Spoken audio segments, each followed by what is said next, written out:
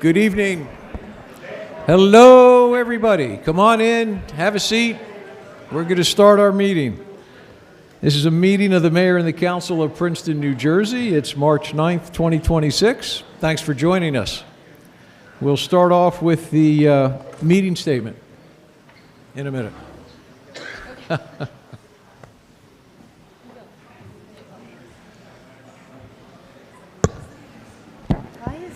Notice of this meeting was provided in accordance with the requirements of the Open Public Meetings Act and state regulations governing public meetings, including the time, date, and location of the meeting, and clear and concise instructions to the public for accessing the meeting and making comments.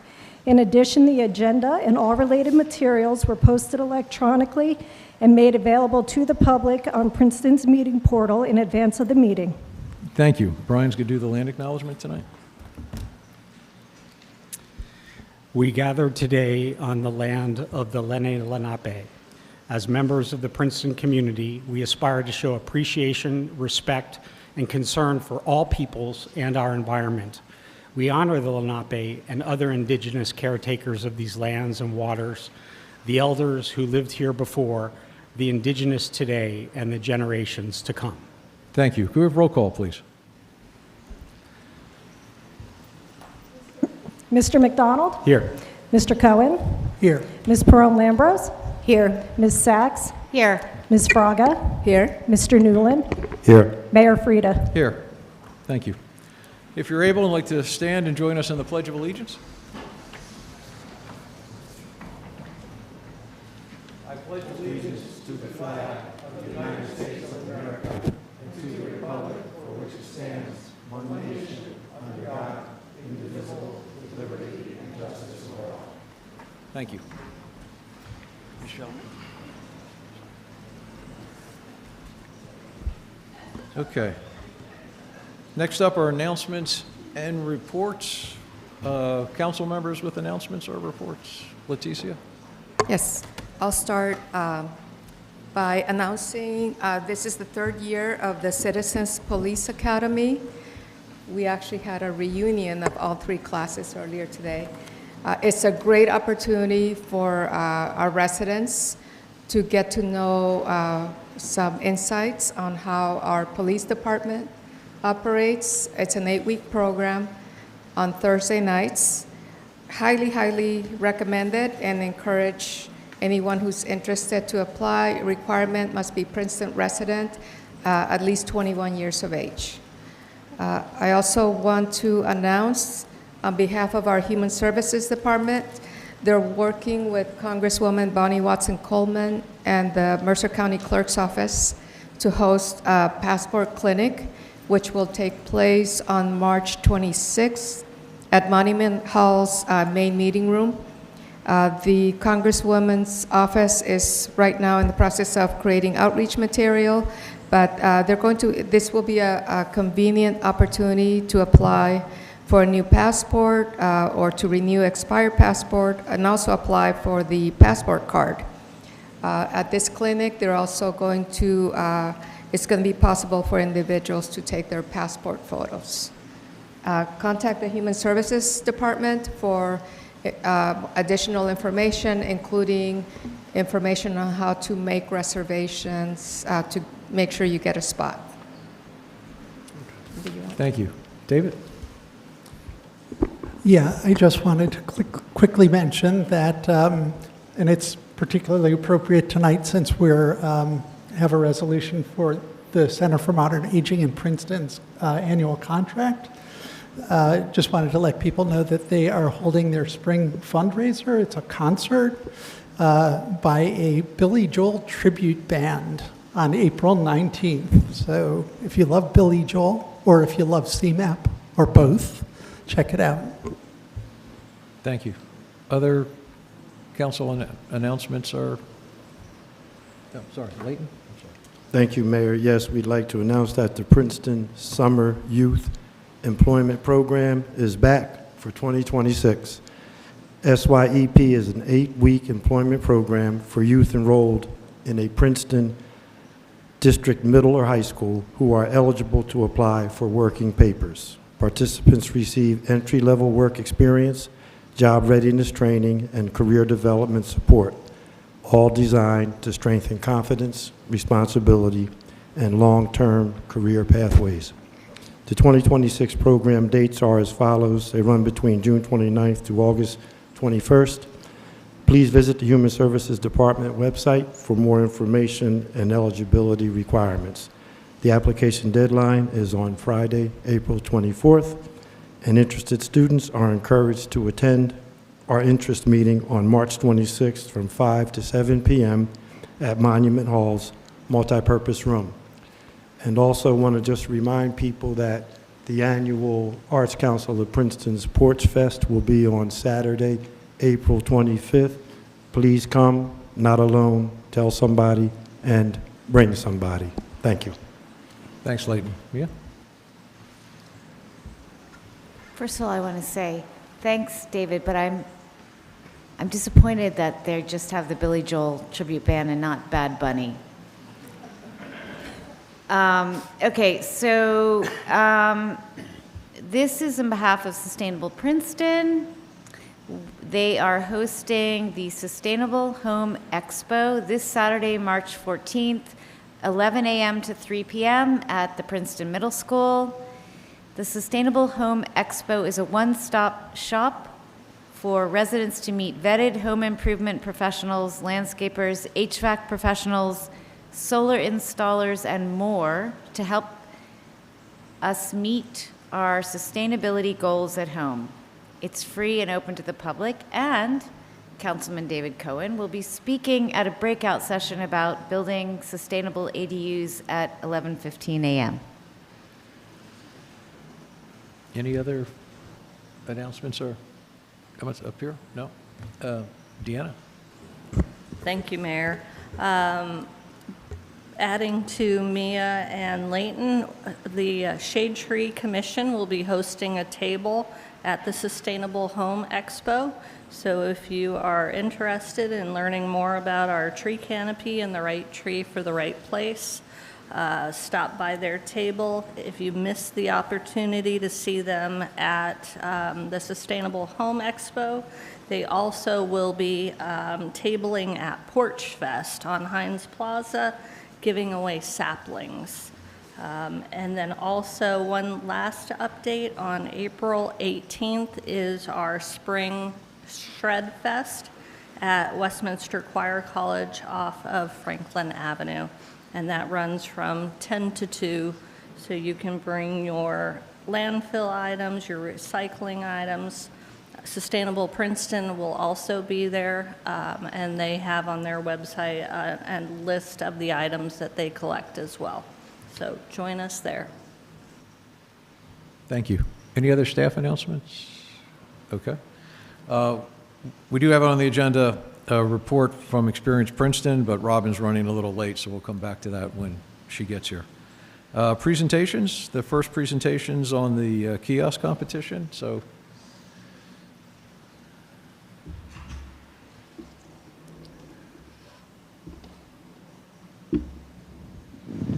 Josh, I'll get you started and then pass it over to you if that's okay. Sure, I can start talking before the slides go up, so it's all good.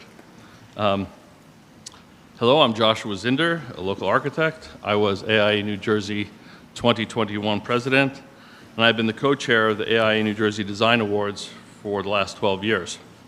I also serve on the AIA National Small Firm Exchange. AIA New Jersey is celebrating 125 years this year, and AIA New Jersey 2026 President Jessica O'Donnell joins us here this evening for these awards. Last year, March 24th council meeting, the Nassau streetscape work was presented, and along with it, the potential for the elimination of the kiosks. Afterwards, I contacted municipal engineer Deanna Stockton and Councilman David Cohen to suggest a partnership with AIA New Jersey to create a competition for the redesign of the kiosk.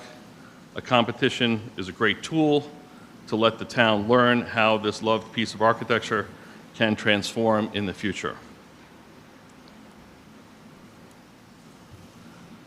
Princeton has had a history of collaboration with AIA New Jersey the Battlefield Monument was the culmination of such a collaboration. The Princeton kiosks are simple architectural follies which support the ability to post notices, flyers, and convey public information, and are considered by many in the community as an illustration of democratic expression and civic engagement. This competition was intended to be an ideas competition only, and there is no obligation to proceed with any of the designs. The town may do nothing, pursue one of these designs, or do something else completely different. The competition was established to present ideas to our community. The competition booklet was completed, and the competition was open May 30th, and the submissions were received July 18th. This was followed by a period of time when the top 6 entries were displayed to the public at the Princeton Library to select a People's Choice Award. For those of you who are interested in seeing all of the entries, they will be on display at the Arts Council March 24th, 25th, and 26th in the theater space. This competition is a great precedent for other communities to collaborate with AIE New Jersey and develop competitions to support the visionary goals of municipalities. We would like to thank the sponsors, the Bank of Princeton and Roundview Capital, without whose support the competition and awards would not be possible, and special thanks to Steve Shea, who helped make the sponsorship happen. He regretfully cannot be with us tonight. Now to the awards. So for those of you who are here from the different firms, when we call you up, please come up for a photograph, and we'll present the check. So we're getting some feedback here. There you go. First place is the walkthrough designed by Studio Hillier.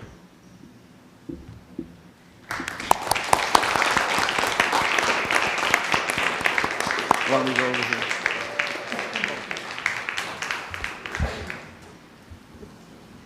I will note, as they take their photo, it was a blind competition. The steering committee who voted to select the winners had no idea who the designers were. It was all ranked. Each entry had a number assigned to it, and that was how it was done. Thank you. So there was a tie for second place. So in no particular order, the Vestige, designed by HDR Architecture.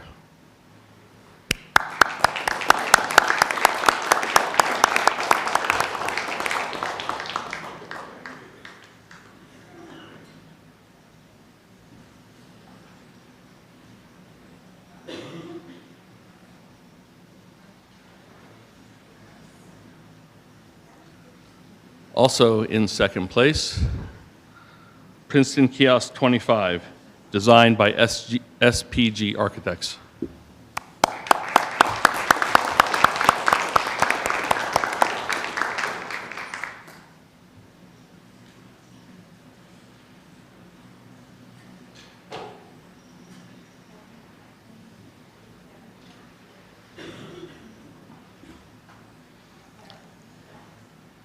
And the People's Choice Award. So this was the culmination of those 6 entries that were put out in the library. And the People's Choice Award goes to the Pivot Point, designed by Corporate Design of America.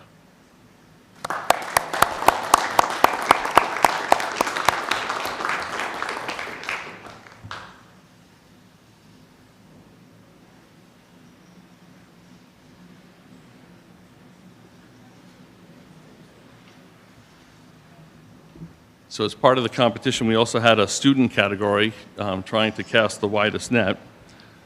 So in first place is Revolve, designed by Jonathan Choi and Jonathan Fenton from the Robert and Barbara Hillier College of Architecture at New Jersey Institute of Technology.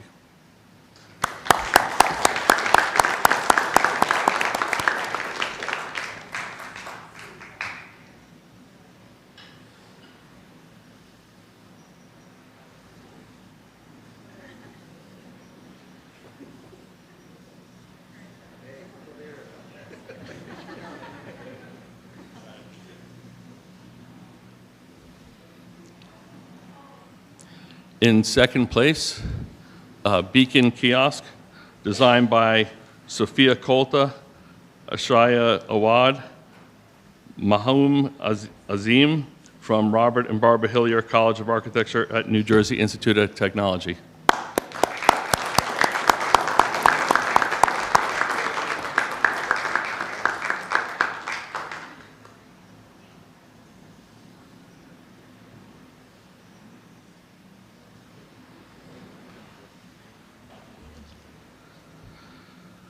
In third place, Waypoint, designed by Gregory DeStefano from Kane University, Michael Graves College of Architecture.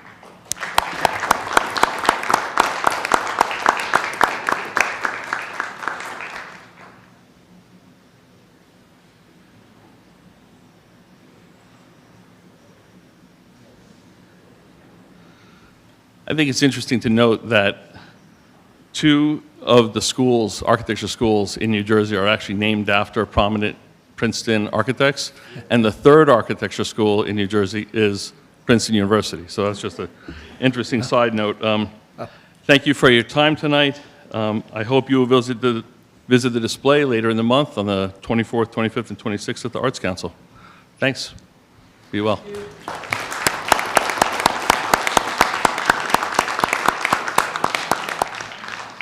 Yeah, thank you to everybody for being here tonight so we could go over this and hand out the awards. It's pretty amazing seeing all the different designs and all the thoughtfulness and creativity that went into them. So we appreciate all the help with that. I don't know if anybody else wanted to comment on these. No, just thank you, Josh, for stepping up to this challenge that Deanna threw out there about a year ago, and really appreciate all the work that you did in AIA as well. So thank you, and wonderful job, especially the students that it was really inspirational ideas that you had. So thank you all for all your cooperation and participation. Thanks. Okay, good. Leighton? Yeah, I just want to thank David for the suggestion, you, Josh, for getting busy doing this art and community building event.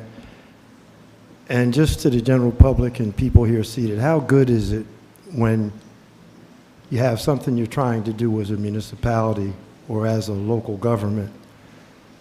You're trying to solve a problem or you're trying to fix something, and rather than go outside, not only do you stay inside, but you involve people, you engage people, you get them to think about what they like, what they don't like, and then you come up with corporate designs, you come up with architectural designs from world-class architectures, you come up with designs from students from world-class schools. I just want to thank the council, Josh, David, and everyone that's involved in this, because this is the way. This is a great example of how you think out the box, outside of the box, and how you build community. So thank you, everyone who had a part in this. You did a real good job. Good, thank you.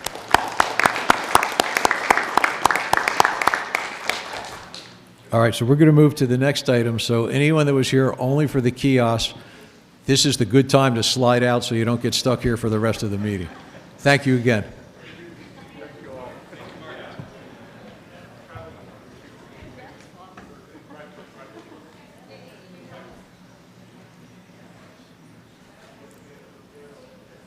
Okay, next up, we're going to jump back and the Experience Princeton report. Robin's here, the Executive Director of Experience Princeton.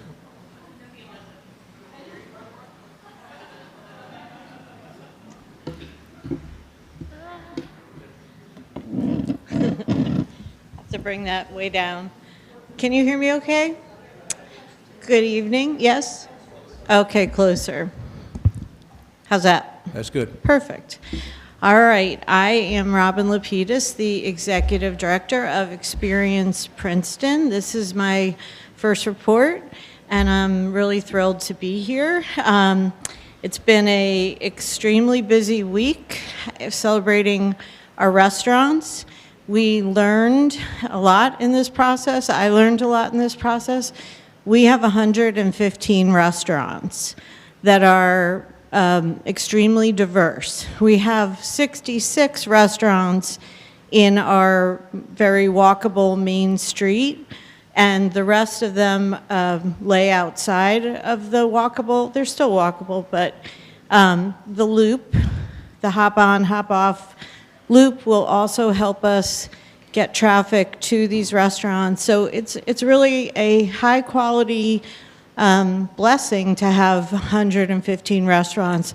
It definitely requires the right kind of marketing. And I think Restaurant Week was great, but it's certainly, in order to keep 115 restaurants in business, we have to do a lot of work. And I think that means making things as business-friendly for them as possible so that they can be competitive with each other, because it's a lot. It also means that we are a restaurant destination like no other. I don't think there are very many other places in New Jersey that have that kind of restaurant diversity and density. And the only statistic I have for you tonight is that our views went up 1,600% from when we started working with a new social media consultant, Asia James, who is amazing. And this year, instead of having a party for the restaurants to kick off the event, we had a party for some influencers, and we took them all out for dinner and let them do what they do best, which is make things sound authentic and exciting. And from each one had their own perspective. It was really absolutely fantastic. So I have some materials for you. Coming up in the next 2 weeks, we have 2 major studies and opportunities for everyone to participate. So this week we have Brand Urban coming. They've been doing a leasing study, and they will be giving us placemaking advice from the lens of leasing, because if you have too many vacancies, you don't have as great a place and as great as an opportunity. So they're coming to be here and to talk to our property owners. And I think we'll have great results. Next week, we have Main Street America coming. We are a Main Street with Main Street America. That's a phenomenal opportunity. So they are giving us a free transformational strategy study, and they come in person from the national office and the New Jersey office. So I know we're having a bunch of meetings scheduled with the municipality. We have meetings scheduled with students, residents, business owners, property owners, and anyone else who would like to talk to them. And we have a survey. I know that people feel a little over-surveyed, possibly, but it's a short one. It's actually pretty exciting. So I'm going to post that and hope you'll help us get respondents. That's really it. Do you have any questions for me, or? That's Brian? Yes, it's not, you may not have the answer. It is really great to know that there are that many restaurants in town. And in many states, it's much easier to get a liquor license or a beer and wine license. And in New Jersey, it's extremely difficult. Governor Murphy said that he would take on this challenge to sort of liberalize some of the Prohibition era rules. And I'm just curious whether there's any hope of this happening.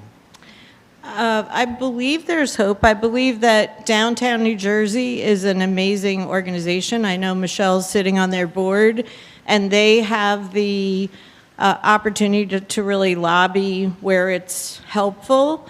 So I think that there's hope. I've worked in towns in New Jersey where we did some creative things around open container, which allowed adults to enjoy adult beverages on in a circumscribed area with other entertainment. And really, when we did it, it was much more about cultural events where you could also have a grown-up drink if you were a grown-up, and not really about drinking.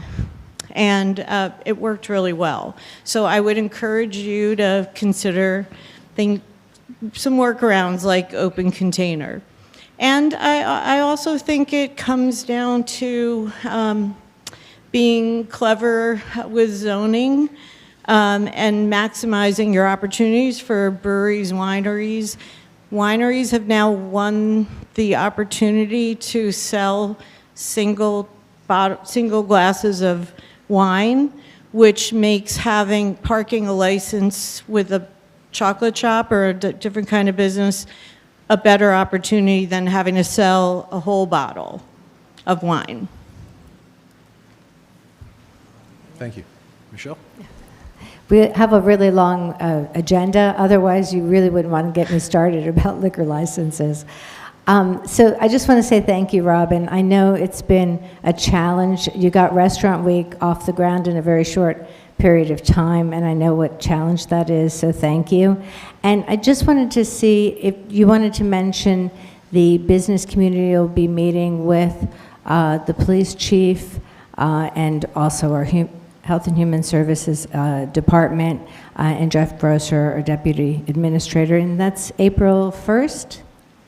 Thanks for the prompt. Yes, it's April 1st. We're having a meeting to talk about all of the issues that come up in the spring and the summer for our businesses.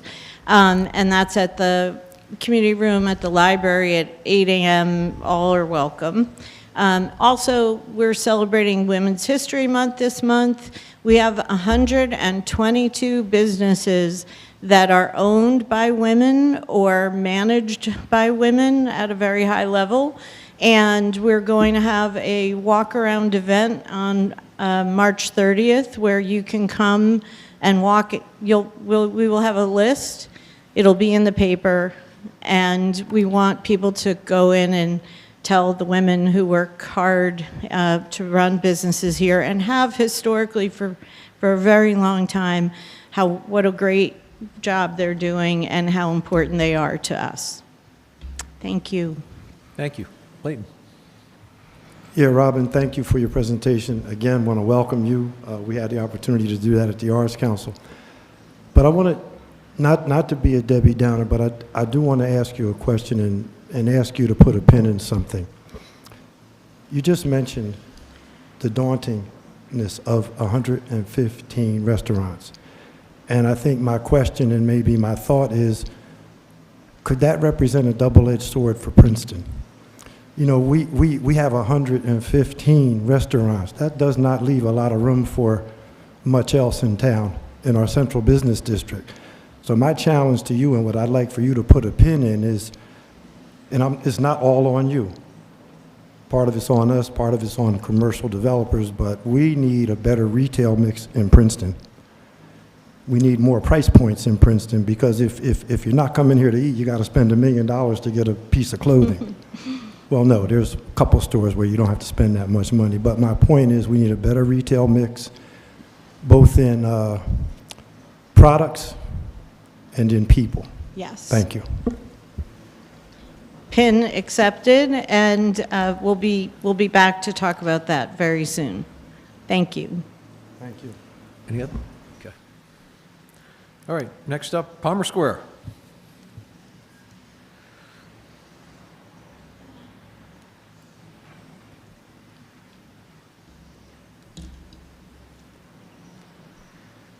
Last time I was here, I didn't need these glasses. Good evening, everyone. My name is Elizabeth Egan, and I am representing Palmer Square Marketing today to discuss our plans and our events that we've got proposing for 2026. And I just wanted to say that I so appreciate the opportunity to run through our events with you all and just appreciate your partnership through everything. And, you know, bringing our community together is what really everything is all about. So first up, we've got our Strolling Bunny that will be every Saturday and Sunday leading up to Easter. The Palmer Square Bunny will be hopping around on the green, inside shops. Definitely hit up Lindt Chocolate, Thomas Sweets, and just kind of provide a little photo opportunity for families that are walking into town. Next up, a town favorite. We have Princeton Porch Fest with our friends from the Arts Council. And this year, last year we were a part of the event with a big after party on the green. This year, with some scheduling conflicts, we were not able to do that, but we are going to still have a porch on the green from 12 to 4. So we're really excited about that, to support our local artists in the community and be a part of such a wonderful event. We will continue with our story time on the green. That's Saturdays in May, and it's just a half-hour event for to pull in our families and our local community with our local legend, Jeff Trainer. He is wonderful. He will sing songs and read stories. But we are looking for, if you have any recommendations, we are looking for guest readers. And we're also going to add a little bit of a 250th element and talk about, some stories of the past and things that, can get our children set up to learn more about our history, especially in Princeton. We are also going to continue with our Square After Sunset event. This was a new event last year that we really wanted to highlight not only some stores being open later and create an ambiance around the square, but also to promote the local arts in the area. And so we'll be working with the Arts Council on that as well to showcase that and showcase their classes that they have as well. Back again, we've got our summer music series. This is every Saturday in June, July, and August. And that's just a 2-hour event on the green with eclectic local artists that just kind of promote and activate the atmosphere on a weekend when people are around getting lunch and bringing their families into town. The Juzam's Block Party, they're actually celebrating their 30th anniversary this year, which is really, really, really exciting, one of our community staples in the area. And unfortunately, they were not able to celebrate their 25th anniversary in 2020 because, of course, COVID. And so this year, they're back and better than ever and really excited to have a big day to kick this off. And there'll be carnival games on the green, children's music, and just an overall really exciting time to celebrate such a special, special business in our community. We will continue our movie nights on the green, where we bring out our 26-foot outdoor movie screen, and we're going to kick that off in June this year, just ahead of July 4th, and we'll be showing National Treasure and kind of creating a little bit of a American barbecue around that. So that's going to be a really exciting event. It'll also be on July 17th and August 14th. We will continue with our dueling pianos. That's Thursdays in August, and kind of create a little interactive event. But that's just a fun event for really the local community to come out, bring a picnic to the green, grab a pizza at Teresa's, and support our local businesses, and just gather for a little sing-along together. And that will be Thursdays in August from 6 to 8. Then our sidewalk sale, promoting our businesses, and really we'll have music on the green as well, and that will also be in conjunction with a Spirit of 76 barbecue that the Nassau Inn will be hosting. And that's really just showing support for the Historical Society of Princeton and their History of Taverns exhibit that will be happening in Dome Alley. So we're kind of pushing that whole weekend for really exciting things going on in town. Then we'll get to our fall series, which is the same as the summer music series, just seasonal. But that'll be Saturdays and in September and October, 1 to 3 p.m., and a different mix of musicians. Then we will have Festival Cultural Latino with Mi Pueblo Lindo and the Princeton Public Library, as well as Princeton University sponsoring the event. This event has taken off extremely well. It is split between us and Heinz Plaza. So we will host beautiful flamenco and different artistry on the green, and Heinz Plaza is more of a market center. But this is a really, really wonderful community event that just celebrates Hispanic Heritage Month, and something that we look forward to hosting every year. We also have Triumph's Oktoberfest on Saturday, October 17th. We got with their team and figured out that this would be the best date for that. That was a really wonderful event last year, and so we're going to continue to assist in hosting that with them. Spirits on the Squares is Fridays in October. Again, a little similar to the Square After Sunset event, but just keeping the town activated, having a little bit of music on those later nights. And then our Fall Fest is back this year. We really had a wonderful time with the community last year in our Fall Fest, and so we're looking for different artists this year. So if anyone has a great jam band or a great community band, please email us at events@palmersquare.com, and we'll take a look and see what we can do with you guys. And then, of course, we've got the Hometown Halloween Parade happening. We are waiting on the date with the Arts Council, but that is a wonderful event where the Princeton marching band comes by, and we have so many families that come through in costume, and we just parade on down to the YMCA. Then, of course, our staple signature event is the annual tree lighting. That will be Friday, November 27th, Black Friday. And that's just our holiday kickoff. That is just a wonderful community event with musical performances and ice carvings and, of course, an appearance by the big man himself. We've got strolling entertainment in Santa. That's when our carolers come out and just serenade the streets with their a cappella. And that's every Saturday and Sunday after the kickoff, leading up to Christmas time. Then another staple signature event that we've got is the annual menorah lighting, which I know many of you have attended. And it's just a wonderful ceremonious event that we partner with the Jewish Center of Princeton, and will continue this year. We've also got Holiday Jam and Toy Drive with Princeton University. And that's usually the first or second week in December, and that showcases the clubs that they have at the university, the a cappella groups, that they have there and showcase their performances. We've also got the historically hilarious Holiday Trolley Tour of Princeton, where we partner with Mimi and the Princeton Tour Company, and that's always just a wonderful event. We're looking to see if we want to do that. Usually it's one weekend, the Saturday and Sunday. We might spread that out this year, but that's a really wonderful event that brings people near and far to tour Princeton and really get a history of what we're all about. And then we've got the Christmas Eve sing-along as well. That's also a staple event where the Christmas Eve brass band leads us in a sing-along, and just a very wonderful community event. But that's all we've got going on in Palmer this year, and we're so excited, to bring these events to us and really share in the community love. So thanks. Thank you. Very, very impressive list. And I just want to remind Thank you. everybody up here that this isn't just an informational session. This is where we would actually look at these and decide if we're going to approve all of them. So let me jump in on this one. For the vast majority of things, personally, no big deal. I think we had talked about trying to figure out if there was a way to split the request for all these to happen at two different times during the year. So more of like a spring, summer, and then another one that might be the fall.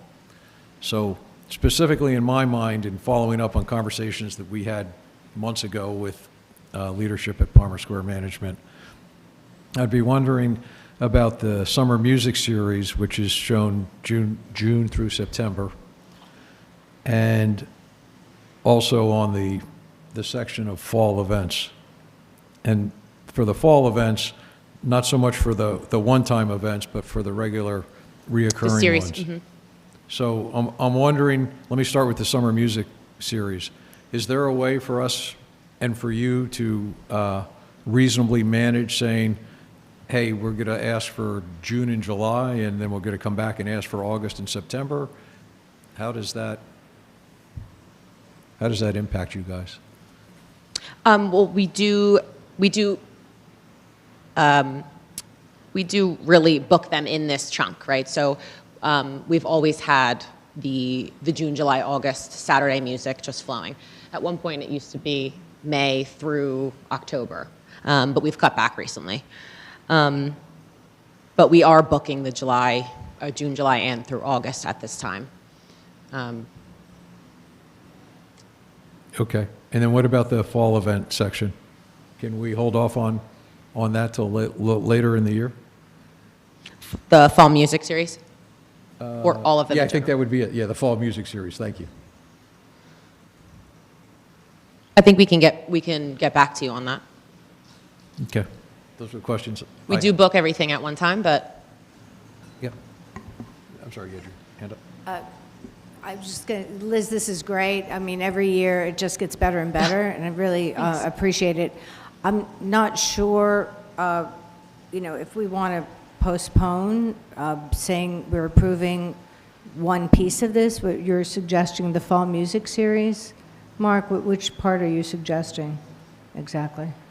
Yeah, we had, well, Because I know, I mean, I know I used to do events and it's March. It's hard to postpone things. So. yeah, we had very detailed discussions with Palmer Square management about doing it differently this year. And that Okay. was one of the things we specifically said was not asking for the entire year at one point in time. And the whole thought there was that if there are other requests for the green, that we are pretty much locking out the use of the green for the entire season, if you want to call it that, which would be spring, summer, and fall. Okay. So the thought was, if we did not do everything at once, then others would have opportunities to stage an event possibly. Yeah, no, I understand. Okay.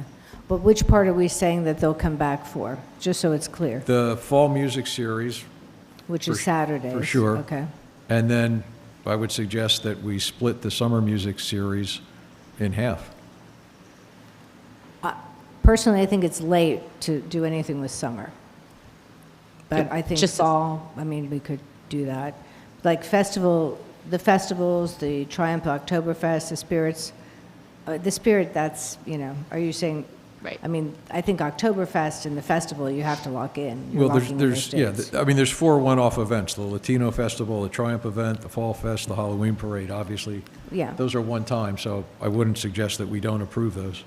And I same for the holiday events, I wouldn't suggest that we don't approve those. But I think, again, the discussions we had with Palmer Square was about not, and I'm trying to say this with all due respect, because I think what you guys do on Palmer Square is absolutely tremendous. Appreciated, yeah. And it draws a lot of people into town, but we don't want the green, which is our property mostly, although partly theirs, monopolized by one entity throughout the entire season that some group might like to try to use it. And I will just say that it is for 2 hours at a time on Saturdays, not meaning that anybody can go around those times. We are flexible, and we do have a process, as you know. We bring things to you as well to approve.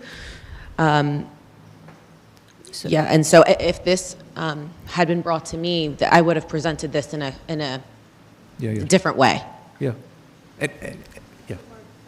I'm sorry, Leticia. Sorry. Just having help with planning events, I know there's a lot of lead time needed, months. Sure. Approximately Absolutely. how many months would you say? Oh, our and I'm not in the day-to-day anymore, but our wonderful marketing events manager has been booking bands since January, since December, just for the year.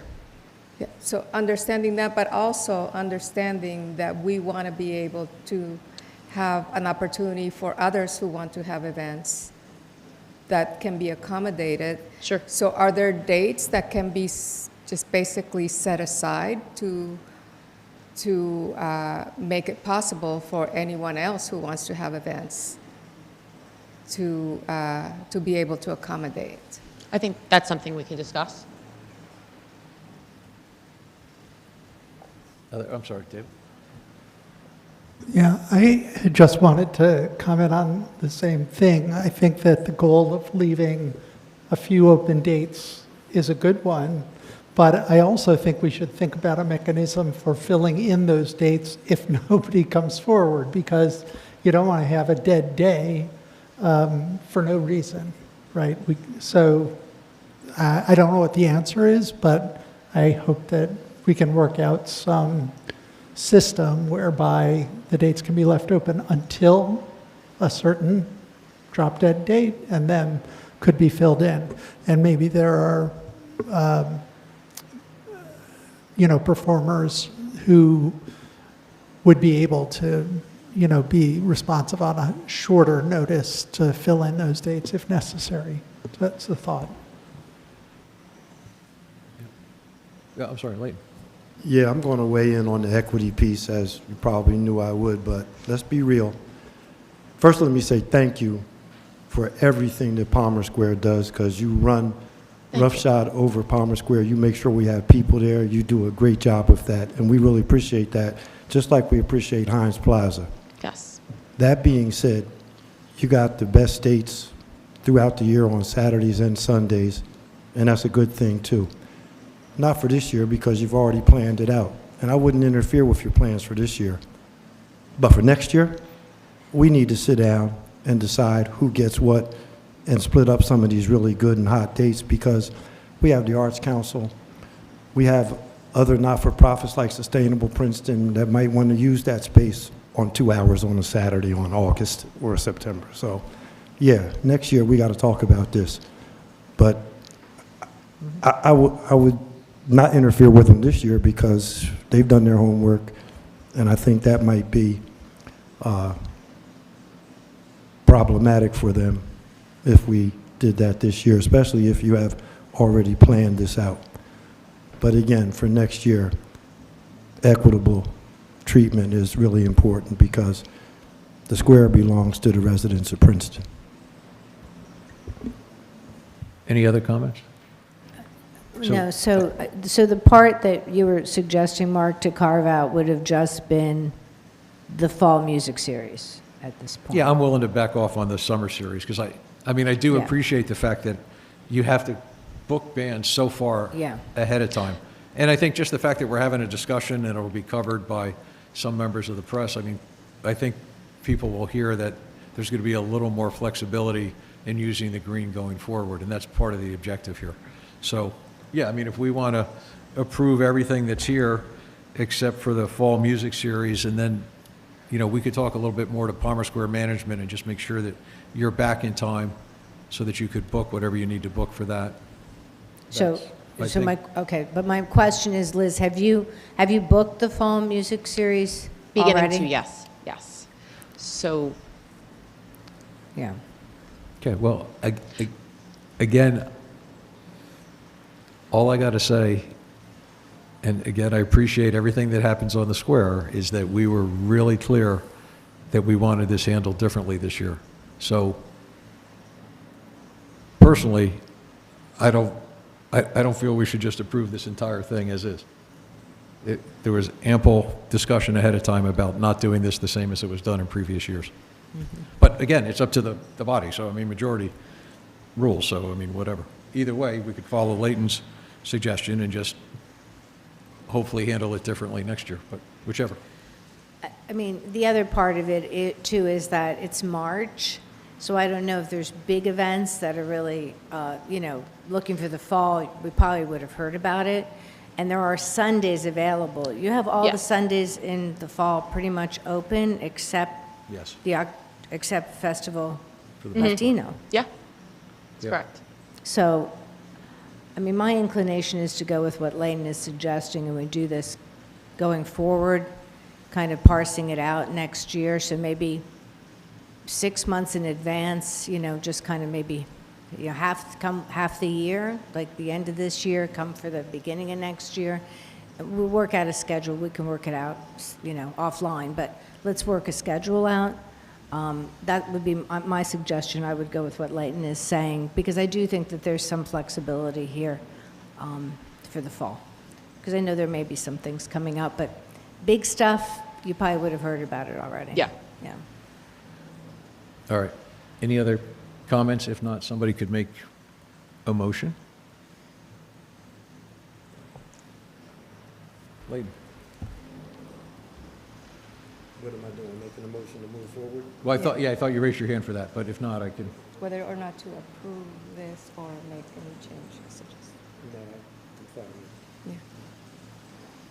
Sorry, So that's a I motion? think- Or who's making a motion? You want to make the motion? Yes, I'll make the motion to move forward with it as planned. Okay, all right, Leighton makes the motion to move forward with approving those, Michelle seconds them. Any other questions or comments? All in favor, say aye. Aye. Aye. Thank you, Elizabeth. Thank you. Okay, next up, Princeton Triathlon. Oh, come on, that's it, he's out, we're done. No big deal, we'll wait till he comes back. Oh, good. Disqualified. Yeah, disqualified. All right, we'll wait just a couple minutes.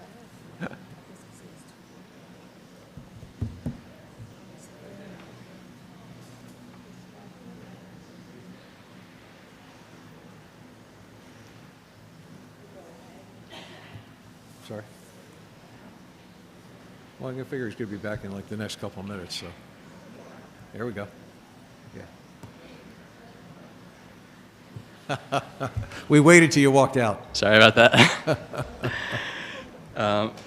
Okay. Good evening. My name is Sean. I don't want to take up too much of your time, so I'm just going to go over a brief recap of last year's Princeton Triathlon, an overview of the 2026 event, answer any questions you might have, and maybe try and get a few of you to sign up. Okay, I'm just going to start by reading out some stats from last year's event. We sold out at about 250 participants for a total of around 500 people involved with the event, including spectators, volunteers, and competitors, with a super sprint and youth event. 100% of the profits went to charity. That'll be the triathlon club over at the high school, Dare to Try, which is a company based out of Chicago that works with disabled athletes, and the Princeton First Aid and Rescue Squad. We had 22 local and national companies sponsor the event, and a survey of all the participants found that there was a 94% satisfaction rating.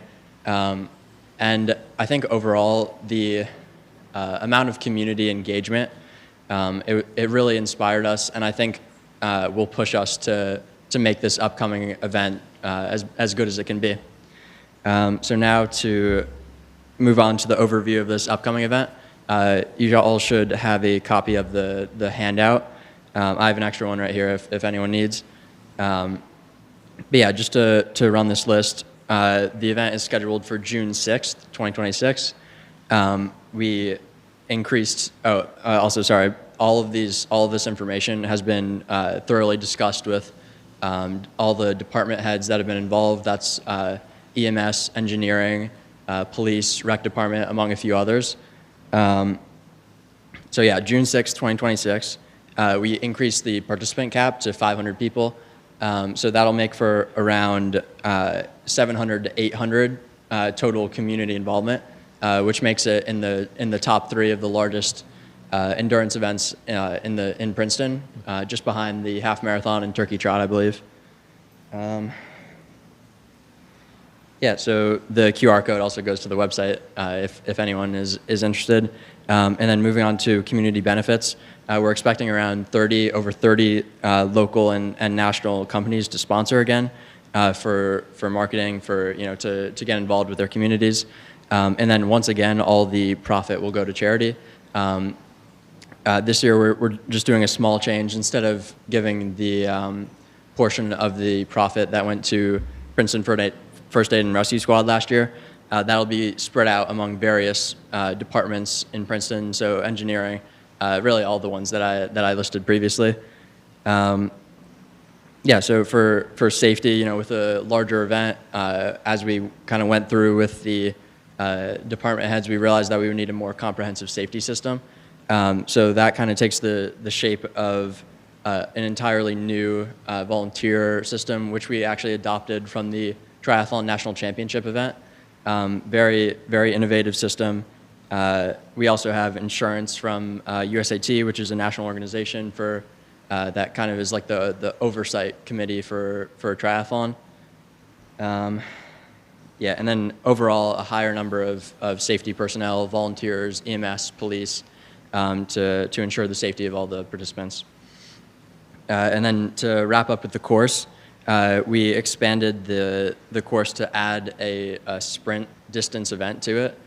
So you can see in the little table, that'll be a 400-meter swim in the community park pool, a 10.5-mile bike around the streets of Princeton, and then the 5K run, which goes around some streets around the pool and finishes in community park. Yeah, that's pretty much the overview for this upcoming event. I hope to see some of you on the starting line in June. Yeah, let me know if you have any questions. Yeah, there. Good. Yeah, I just am curious if you have a route, and with the expansion of the event, an estimate of how many hours roads will be closed to accommodate. Yeah, good question. The QR code actually takes you straight to the page on the website with all of the course information. like comprehensive maps, everything like that. If I believe it follows roughly like the half marathon course, kind of combined with the Princeton 5K course, if you can picture those. And it takes up, the sprint event is about, it's 2 loops. So the actual footprint of the event is a lot smaller than the actual distance. And then for the timing, I believe just because it's in the pool, you need to do a staggered start. So we're able to close the bike course significantly earlier than the run. And I believe those times off the top of my head so the race starts at 7 a.m. The first person enters the water at 7 a.m. We will be able to close the bike course at, I believe, 9:15 and the run course at 9:45. So. Thanks. That's good.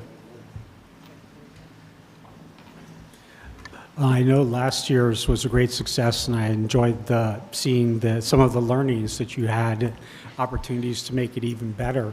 How did coordination go with the police, and have you been in touch with them about this year's triathlon?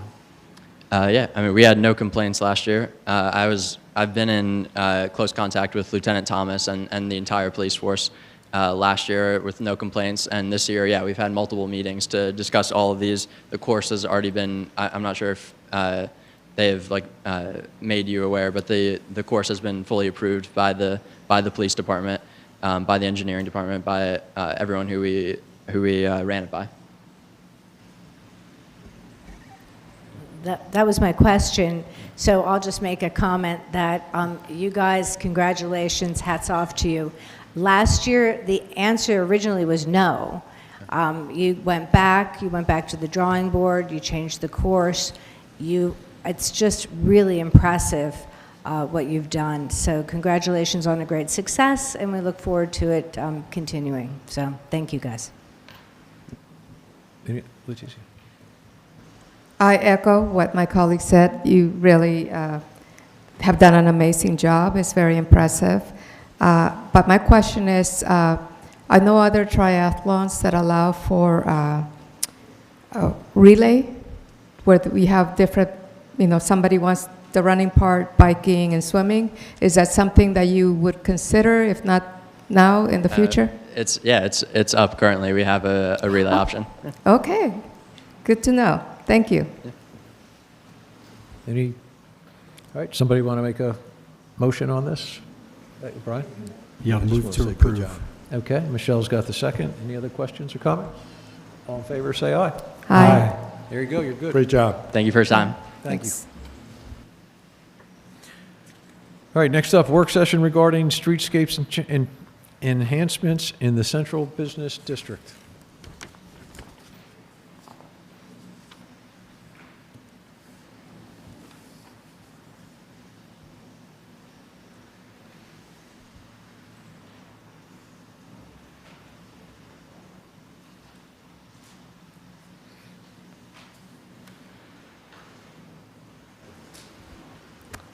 All right, thank you, everyone.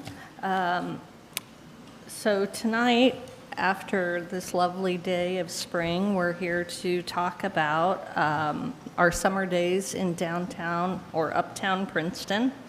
So tonight, we are seeking your feedback on some proposed investments on Nassau Street between Bayard Lane and Moore Street, and then also on Witherspoon Street between Nassau Street and Paul Robeson Place, and on Heinz Plaza. Those upgrades include replacing the trash receptacles, replacing and adding seating on the streets as well as in Heinz Plaza. While not noted here, we are also looking at additional bike parking. We propose to do some repair and cleaning of the kiosks before the summer at Witherspoon and Van Deventer. Additionally, we normally do a flowering annual planting every spring, and this year we're looking to expand that to include vacant tree wells. And then lastly, we are looking at removing unlicensed newspaper boxes. Experience Princeton is also participating in some of the upgrades by putting in their latest version of the streetlight banners as well. So first on this list are the trash receptacle replacements. This has been a long-standing project that INO has looked at to replace our open trash receptacles, which are subject to a lot of snow and water intrusion into the open top. And we've had some workman comp issues that have come up as a result of the weight of the waste and the other material that is in those trash receptacles.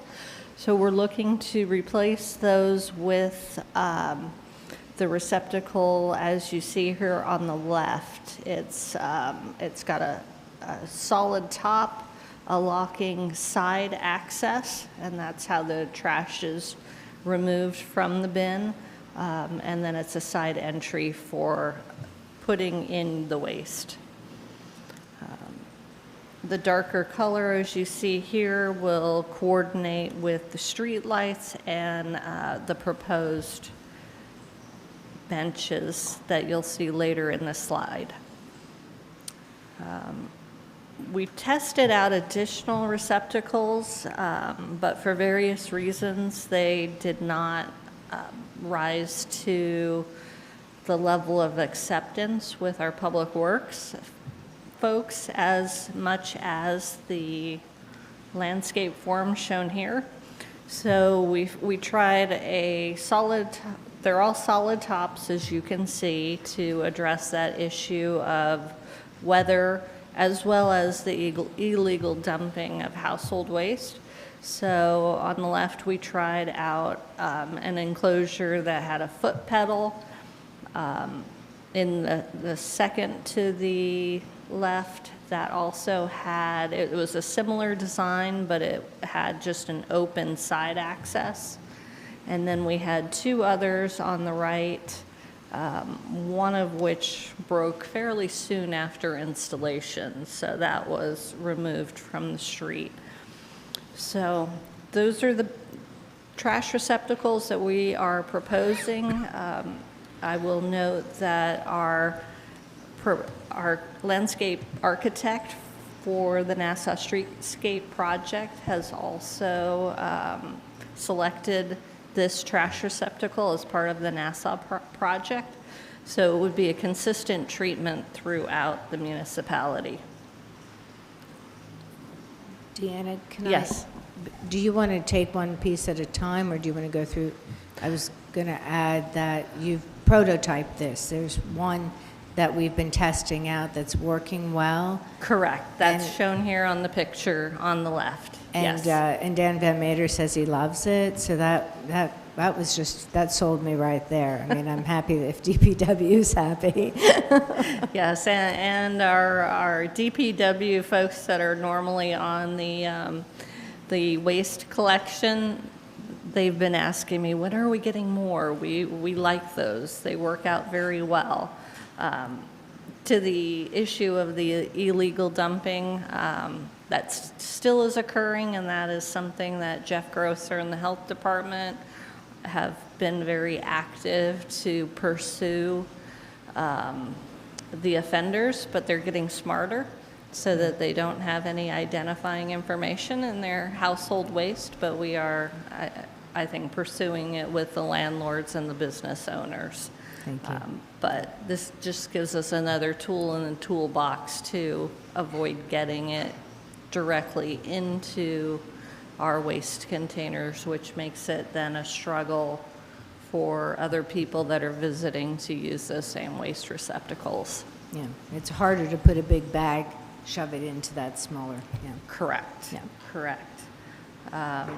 So, I mean, it's up to you. I can field questions as we go, but I can also just roll through the presentation and then cover questions at that point. Okay. I'll ask a few. Okay. What's the lead time on Well, let's start item by item. What's the lead time on the trash receptacles? Trash receptacles, it's only a couple of months. They actually had a very quick turnaround when we were bringing in this, the prototype to try out, so just a couple of months. Okay. What's the lead time on the benches? The benches are longer. The benches are not under any sort of a state contract like the trash receptacles are. So we actually would have to go out to bid. So that, yes, that does have, if I put together the lead time of the supplier plus the time to bid, it'd be about 20 weeks. So we're looking at 5 months.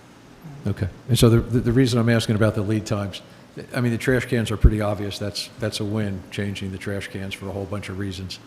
The seating I'm concerned about because I dislike the idea of placing new seating on a street on sidewalks that we are about to rip up, and then the seating all gets put in a pile somewhere, and it will get damaged and marked up before it is brought back out. So I don't know that the seating, the benches, are such a great idea at this time. Fully on board with the trash receptacles. Repairing, cleaning the kiosks, as long as we're not spending a lot of money on one kiosk that might never get replaced and another one that will get replaced. So as long as we're frugal with that.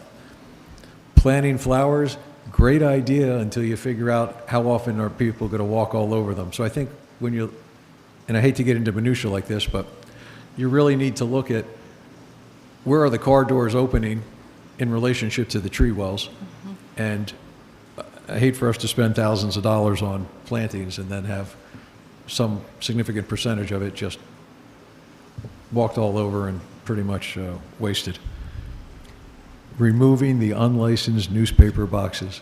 Let me know. I'll come and help you take them and throw them in the back of my truck and find some dump to put them in. That is the best I already idea offered. in the world. Yeah, yeah. Anyway, other questions or comments? Can make David. a few comments. Just that, and I agree with your comment about the seating, but just want to share that I did have a meet and greet with residents of Avalon Witherspoon, all of whom were seniors, and all of whom were requesting more seating along Witherspoon.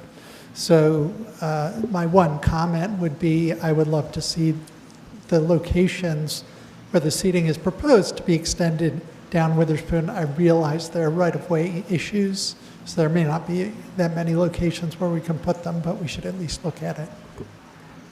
Yeah, thank you. Yeah, Witherspoon Street, I would like to treat a little bit differently from Nassau because Nassau will be under construction. But we did not install additional seating on the Witherspoon Street corridor after we did the project. So I think it's in need of additional seating as well as the bike racks. PBAC has pointed out some locations for bike racks. We've also collected our own thoughts on where bike racks should be going rather than attached to trees on top of where flowers might be planted. For feedback, would you like to see the same style of seating throughout? Should Nassau Street have its own style or design, or should it be consistent? We do use the teak benches as shown on the screen right now. Would we want to continue just doing the teak benches on streets other than Nassau Street? Okay. Well, I think that would be my preference. Okay. I just want to make sure that all the existing benches that have lasted for so long and still have a lot of life in them, that we don't discard them and they're used somewhere. And personally, I don't really care if there's two different types of benches on Nassau Street. I don't think too many people are going to walk down Nassau Street and comment on whether all the benches are exactly alike or not. But, as long, again, I only want to spend the money that we have to spend. So I don't want us to buy extra new benches just because we want every bench on Nassau Street to look the same if it doesn't make sense. That we don't have an actual need for the existing benches somewhere else.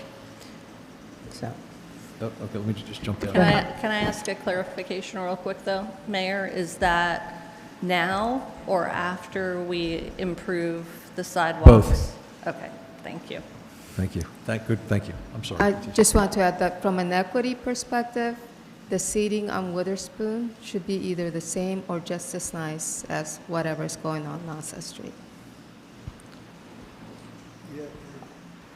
And just speaking personally, as an older person, I don't think there should be any shortage of benches on Nassau Street or Witherspoon Street, because we got all these restaurants, we got all these shoppers. People need a place to sit down. And they need benches with backs on them for older people. No shortage of benches. We got a lot of people walking and people need to rest. And that is what a welcoming town would have, benches with backs on them. Michelle and then Brian. So I think the teak benches can be reused. We absolutely would reuse them. We need them. We need more seating in parks. We have lots of streets that could use seating. I do think that our look on Nassau Street and Witherspoon, being that important T, should be uniform. And I love the benches, and I do want to make sure that these new benches would go, like if you have metal accent, that goes with what we're doing with the trash cans. So I think aesthetically would be nice if you're spending the money that we make sure that aesthetically it looks good. So I'd rather not see a mishmash. Timing wise, it's going to be tricky. I think we'd leave to Deanna and staff to figure out what the timing would be with construction in terms of getting that. I just want to be sure, though, that any new benches we purchase are all going to look aesthetically, right with the new trash cans.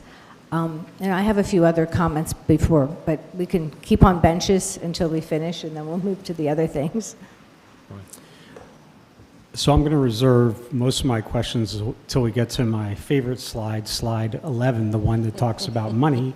But speaking of benches, I think that the recommended design would look really good and would complement the recommended trash receptacle.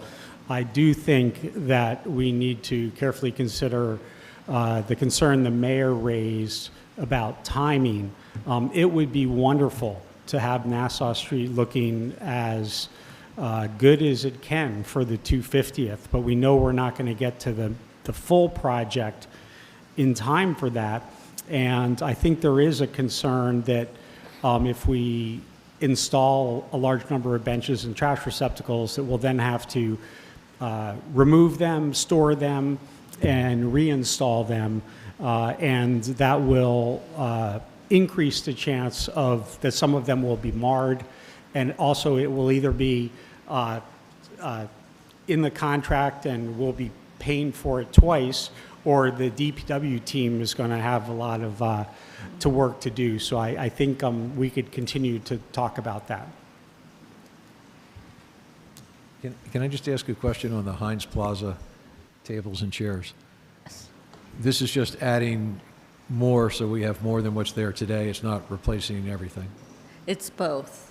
So it would be replacing some of them like you see in the picture. Some of them are a little worse for wear. So we would be replacing those that we cannot fix. We are looking at repainting and fixing some of them, but then it's also adding approximately 5 additional tables with 4 chairs per table. Yeah. Okay, thank you. Mm-hmm. Michelle. And I will add that we need them. This weekend, it was nice out. There was no place to sit on Heinz Plaza. There's lots of room for more tables.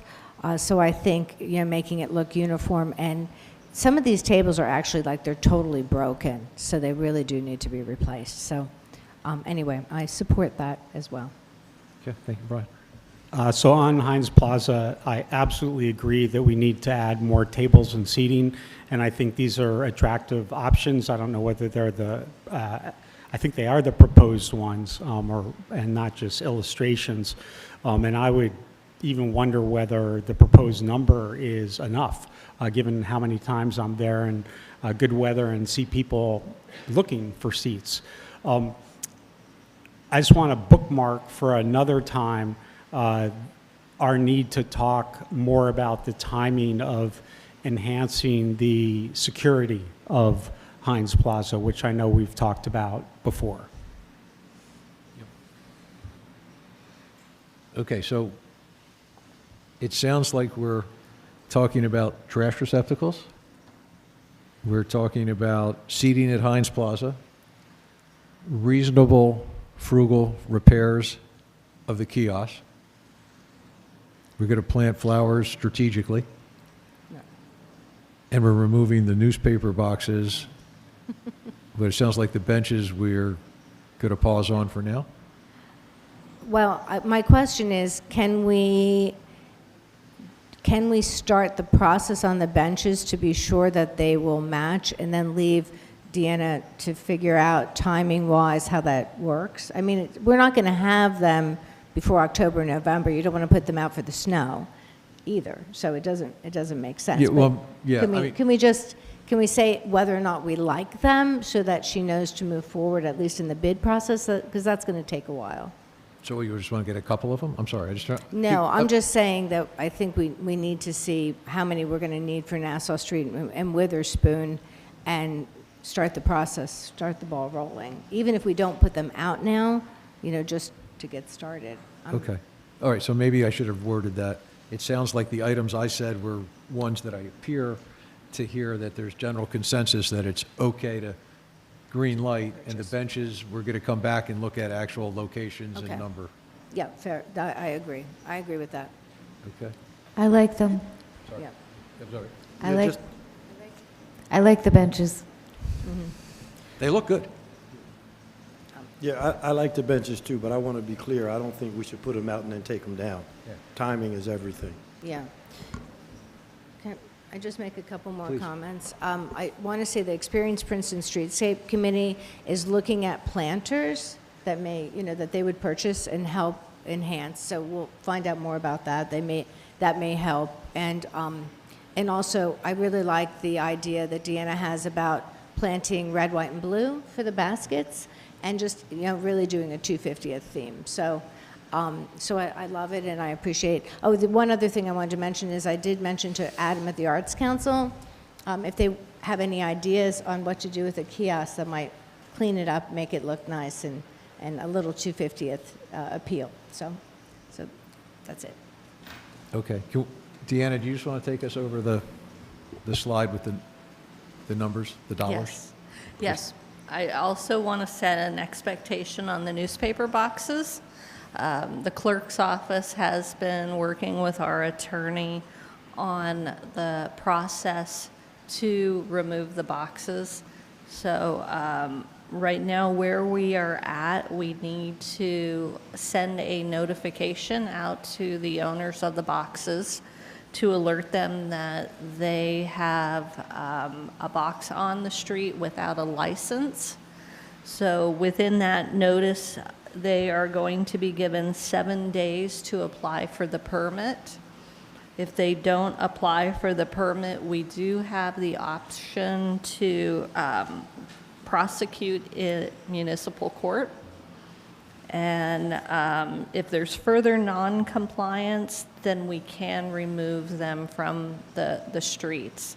It's a little bit trickier for Nassau Street itself because it is the state highway, and there is a state statute and a permit that must be issued through the state for those newspaper boxes.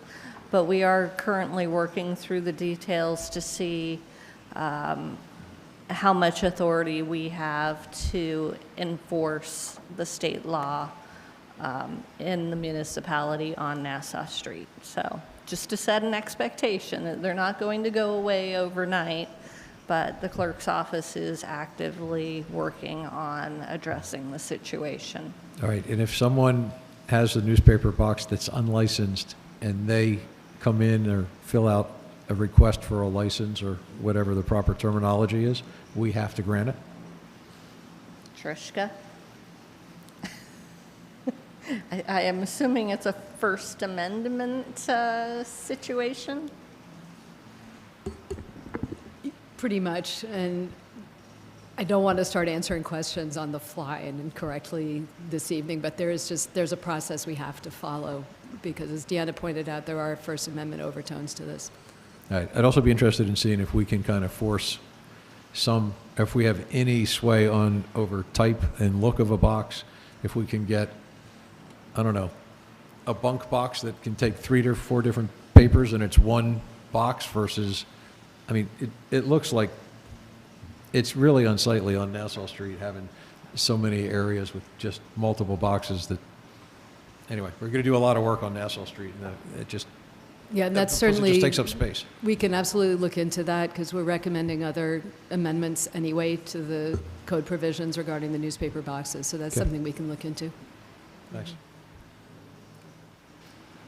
Okay, so bringing you to Brian's favorite slide. All right, so what I'm hearing is we've got the go-ahead to replace trash receptacles. That's using the Clean Communities grant funds.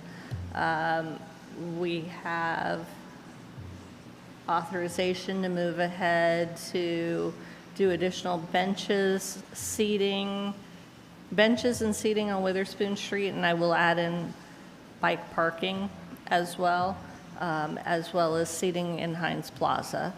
And Wait a minute, let me just split that. Yeah, seating in Heinz Plaza, no problem. correct. Benches, you're going to come back and talk about where benches are going to go on Nassau and Witherspoon? Right, that was the request? I thought we were working that Witherspoon Street we could move ahead with because that was long overdue and that was. Well, I kind of think that's like saying, can we just spend any amount of money for benches because we don't know how many you're going to get. So I would Okay. think that the request that I heard was, would you come back to us with proposed locations for the benches on both Witherspoon and Nassau? We can do that. As well as bike parking? I'm sorry? As well as bike parking? Yeah. Great. Okay. And I did hear for planting, to be mindful and strategic where we're planting so that it's not being trampled Yeah. by people getting out of cars. Yeah, because people it just amazes me that people will walk all over stuff you just planted and they just totally ignore that maybe I should be nice and walk around that, but We agree. And for the record, we'll say that that's not part of the pedestrian path. yeah. I'm sorry, Brian. Time for questions? Oh, I thought I covered it. So in reverse order, it references Witherspoon Street funds. Are those authorized and unspent funds associated with the Witherspoon Street project, or is it some other source of Witherspoon Street funds? Yes, and it's the funds that we are reimbursed through our state aid grant, because a portion of each phase of Witherspoon Street was paid for by municipal aid grants from the state, but those dollars are reimbursable. So we bond for the entire project cost, and then we get reimbursed for a portion of it. Okay, and Nassau Street funds, help me understand that, because the full project, to the best of my knowledge, there have been funds set aside, but it has not been approved by this body. The funds were approved as part of a bond ordinance for the project. We have not solicited bids or contracted with or recommended a bid award to a contractor, which would then come back to council to approve a construction contract. So yes, this goes back to the idea that the funds are budgeted, but debt has not been taken out for the project yet. Right, but if costs have been budgeted. I understand that concept. And at different times we budget for many projects, some of which we do, some of which we don't do, some of which we underspend, and some of which are canceled. But as we think about the path ahead, with a number of major capital projects on the horizon, it is possible we'll need to prioritize them. And so I guess my question is Nassau Streetscape done? It's already approved, that's not subject to any further discussion, or is it still subject to discussion as we talk about other projects that are being contemplated? It's my understanding from our conversations with council that there is still a need to finalize what is included in the Nassau Streetscape project. Plus, we'll be looking at our capital budgets very soon to understand where priorities lie for council. So yeah, it's still a discussion point. Yeah, and realistically on that, the fact that we're not doing it this year because, well, just because we don't want the sidewalks all ripped up during the 250th, by the time we get around to actually getting actual numbers, the numbers will be different. So anyway, in my mind, it's going to end up coming back here because who knows what the new numbers are going to be compared to what we anticipated. So I think, anyway, that's me Yes. just jumping in and saying, right, I anticipated also that it's coming back here. And we are cognizant of that, and we are looking at value engineering the project to stay within the dollars that are budgeted, and that also, like the benches and the trash receptacles were included in the cost estimates for that project.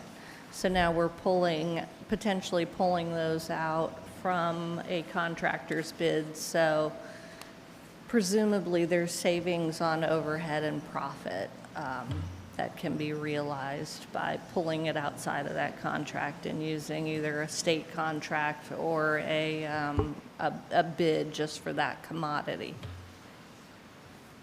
But in my mind, still part of the project cost. Correct. When we talk about the project Correct. cost. And Right. so when we're looking at the net dollars available, it will be minus the benches, Something. potentially. Yeah. Any other questions or comments on the page with numbers? Okay. So I think Michelle is going to make a motion I'd about, like to make a motion to move forward on all as we, of the above, as we discussed. Dawn, are you okay on what we said earlier about what we're going to do, or do I need to Do you want me repeat to that? get back over? You're okay? We discussed. Okay. Okay. I just want to say that I'm agreeing, but I might change my mind because we basically can't hear anything over here because of the fan. We can turn it off. I mean, it's really hard to hear. So I'm agreeing with the caveat that I don't really know what I'm agreeing with.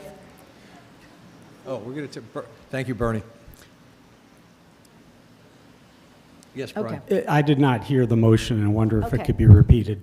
So let me put it in front of me so I can read it. So the motion is to move forward and order the trash receptacles now. We're going to hear back on the benches from Deanna. We're moving forward on working on plantings and the kiosk to make it look nice for now. And then the seating at Heinz Plaza, and we'll get some numbers on some benches for Witherspoon. Is that, and the bike parking will come back when we have a more of a where to put the benches and the bike parking. And we'll hopefully make progress on getting rid of some newspaper boxes. And the newspaper boxes, Yes. I'm ready to help pull them out as well. So, Yes, and thank you. just to the one note about the vehicle intrusion protection for Heinz Plaza, we'll come back on that. Police are doing some research for us on that item. Good point. Okay, so that's my motion. Okay. Brian? So I'm happy to second the motion. I understand the motion.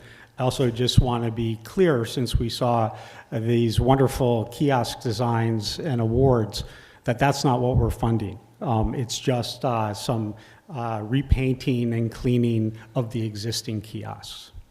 Good point. Now that the fan is off, is everybody good on this end about what we're actually doing? I think so. But we didn't discuss, this was a discrete set of activities. We didn't get into the tree wells, that's all. That's all coming back when we And actually go out to bid. so we haven't really weighed in on that. Correct. Okay, But we will in the future, no doubt. no doubt.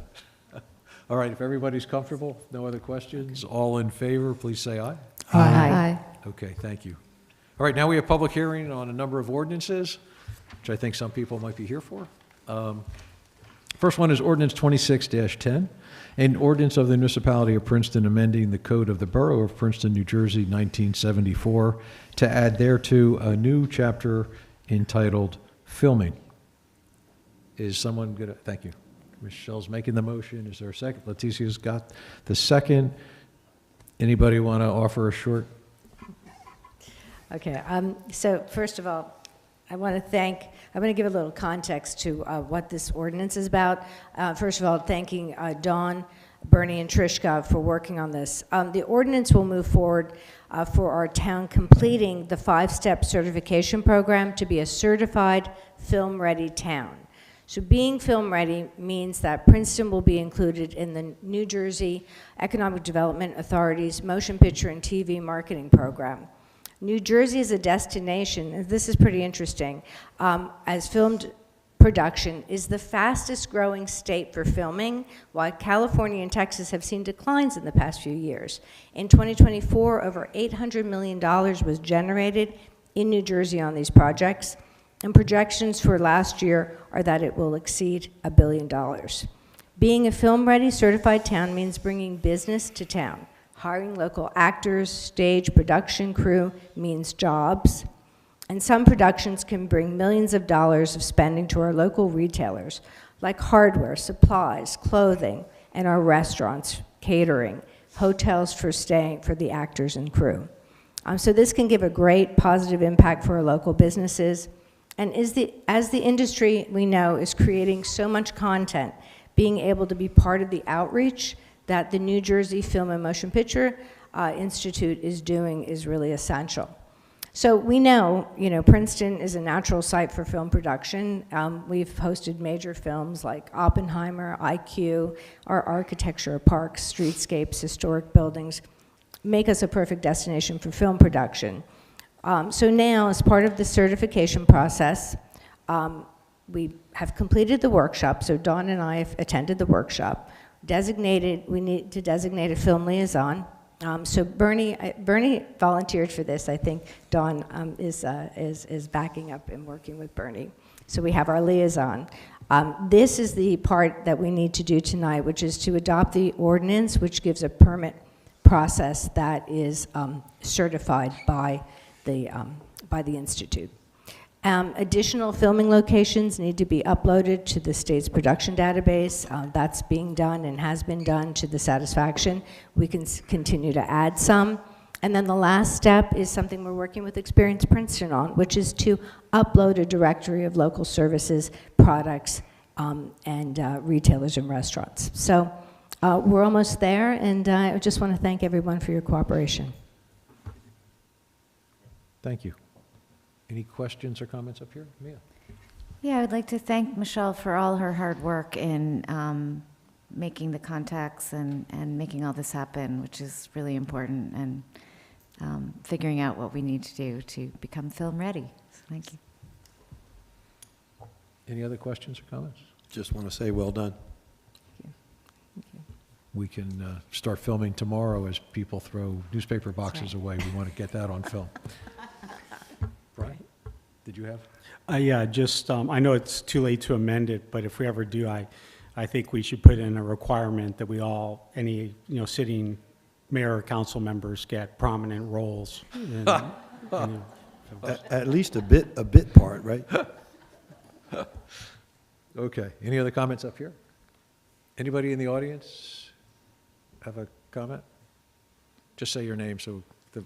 Robin Lapidus, Executive Director, Experience Princeton. I am a former art department coordinator for a couple of movies in Boston. I also worked with location scouts. And really, all we did was say, go to this store for buttons, go to that store. There are not as many button stores as there used to be, but we'll find the store that has the buttons. And it was just a conduit to getting our businesses extra money for locations, for rentals, for props.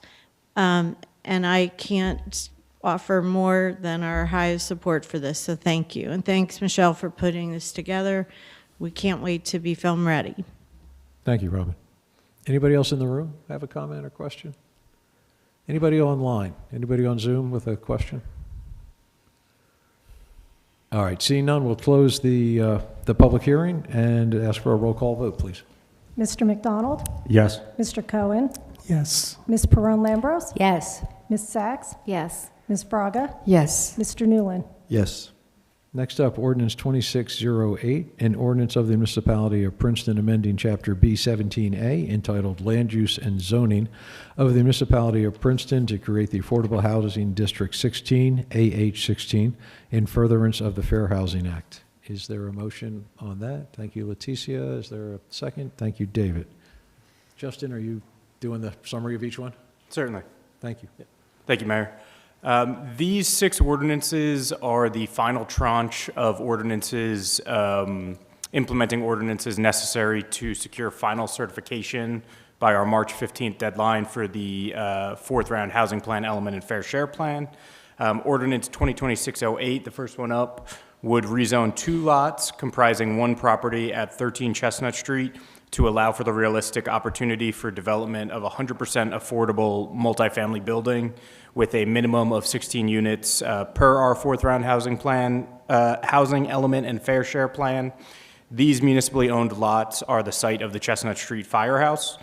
The ordinance would require the existing 1949 built firehouse to remain with minimal changes, and it would allow an addition to the rear to replace the existing addition. The 1949 built firehouse must be retained and reused for residential use and accessory uses, including a community room on the first floor. All new construction per the ordinance shall be behind the original firehouse, except for new construction to the rear of the existing roof, such as the addition of dormers or replacement of that section of the roof. The maximum height allowed is 4 stories and 48 feet to keep the addition behind the existing building. I'm happy to answer any other questions that you might have about other bulk standards as detailed in my memos in the ordinance packet. The planning board reviewed this ordinance last Thursday and found it to be substantially consistent with the Princeton Master Plan and recommended approval of the ordinance with no comments. Thank you. Thank you, Justin. Questions, comments up here? Mia. I think we have some members from Princeton Community Housing here tonight, so I don't know if they want to say anything, but I just want to thank all of you again for your partnership and working through this really exciting example of adaptive reuse, which is what we should be doing as a state, and we appreciate your being willing to keep a community room and to allow members of the public to view the fire memorabilia there. And Ed, really, you've been such a trooper. This was not an easy site to adapt. And Justin and Ed, thank you so much for all your work in bringing this to fruition tonight. Really, teamwork, great work. Other questions? David. Yeah, and I just wanted to add a comment similar to what I made at the planning board, that this project, along with several of our other projects, really are deferential to the existing streetscape where they're located. As you heard, the entire existing historic portion of the firehouse is to be retained, and it's really going to help make this new housing really good neighborhood citizen. So. Anything else up here? Anybody in the room that wants to speak to this? And just remember, when you come up, just say your name so when we do the minutes, we know who was chatting. We do have a 3-minute limit, so. Good evening. Ed Truselli, Executive Director of Princeton Community Housing. I will be brief. Thank you for your kind words, Councilwoman Sachs.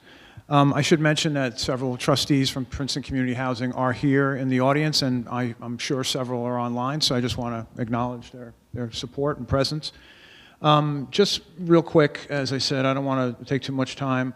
Thank you to Council and Mayor and Council for considering this ordinance to create at least 16 new affordable rental homes. It demonstrates not just an effort to fulfill a constitutional obligation, but a sincere and thoughtful way to be inclusive, advance inclusivity, and also sound planning, as David mentioned, Councilman Cohen mentioned. So we appreciate the effort to be part of that and work collaboratively with the community and the municipality. Thank you very much. Thank you, Ed. Thank you. Is there anybody else in the room that wants to make a comment on this one?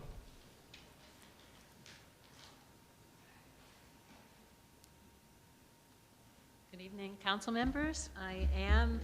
Can you You can lower that so it's easier for you to speak into it. It's just people on Zoom can't hear if you're Hello? not. There you go. You're good. My name is Jean Rosenblum. I am one of the members of the Board of Trustees of Princeton Community Housing. And I just want to express my very strong support for this resolution to develop affordable housing at this site, and as well as the other resolution, which I haven't mentioned yet, to develop it at the John Street site. I think these are both really important opportunities to develop full affordable housing at those sites, which is very important and very needed, and will fit into the community. So they're not going to stick out like a sore thumb.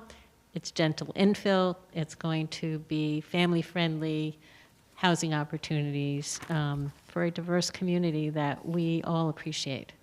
So very much in favor of them, and I just want to tell you that I really appreciate your support for these resolutions and affordable housing. Thank you.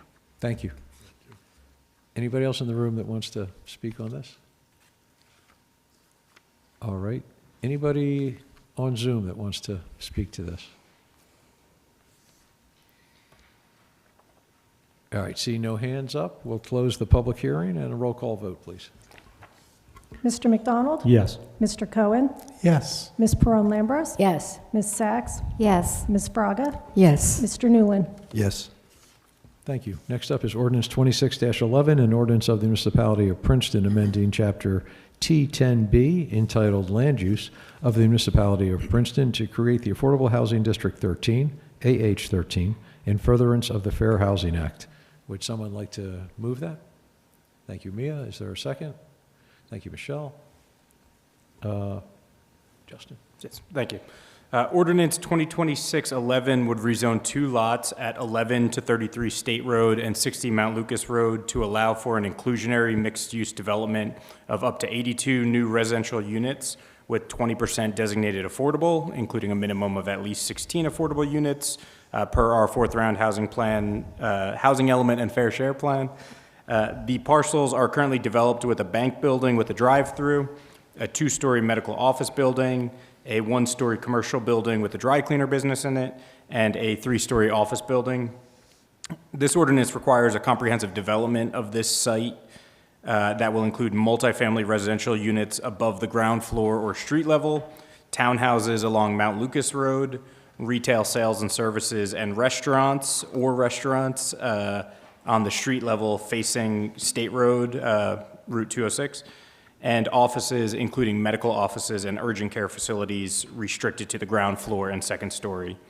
The proposed ordinance permits a maximum height of 5 stories and 65 feet, an enclosed penthouse level for residential amenities with a maximum height of 11 feet is also permitted. Townhouses are required facing Mount Lucas Road with a permitted maximum height of 2.5 stories and 35 feet, again, to blend into the surrounding residential neighborhood. The ordinance includes tailored signage to allow for this mix of uses while also respecting those residential uses across Mount Lucas and recognizing the state road of Route 206.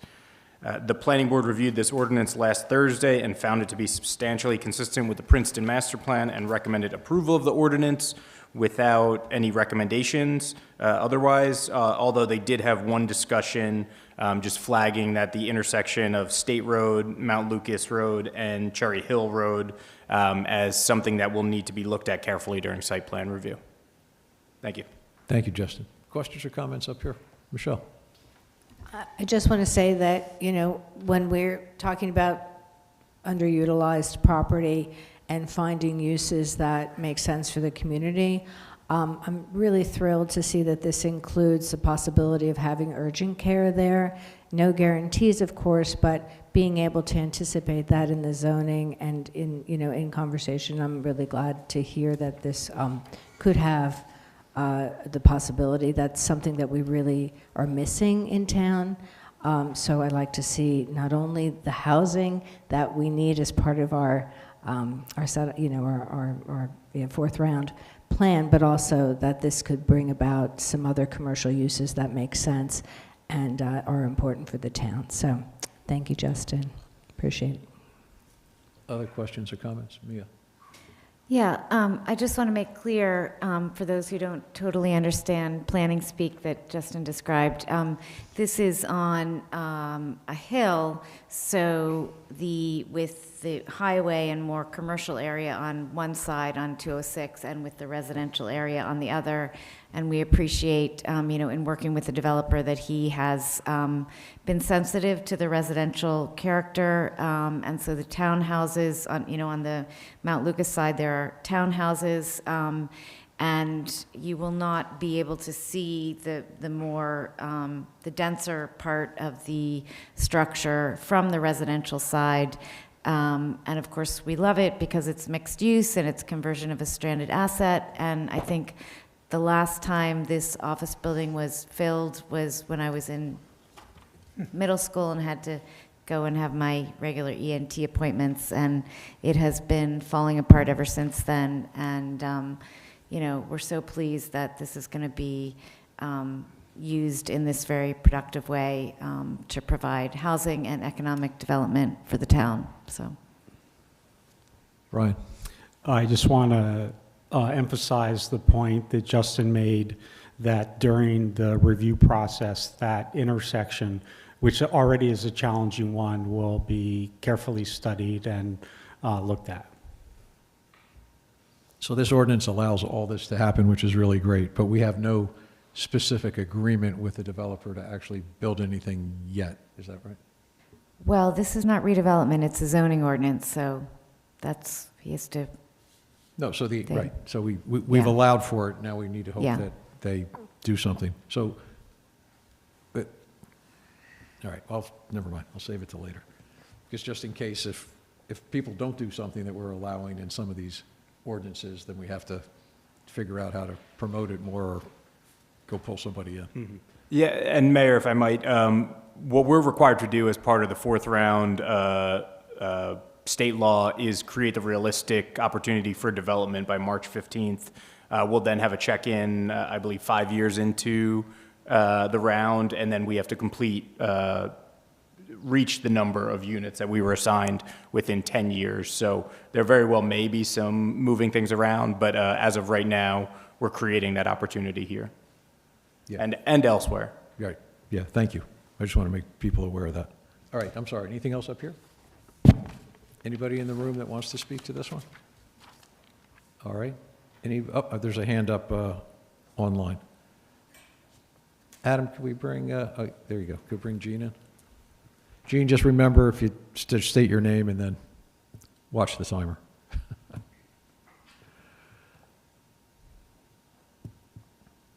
All right, Gene? Barely. Turn up my volume. There we go. Okay, thank you. I wasn't fully aware that this was a zoning ordinance, when people were talking about urgent care and traffic study.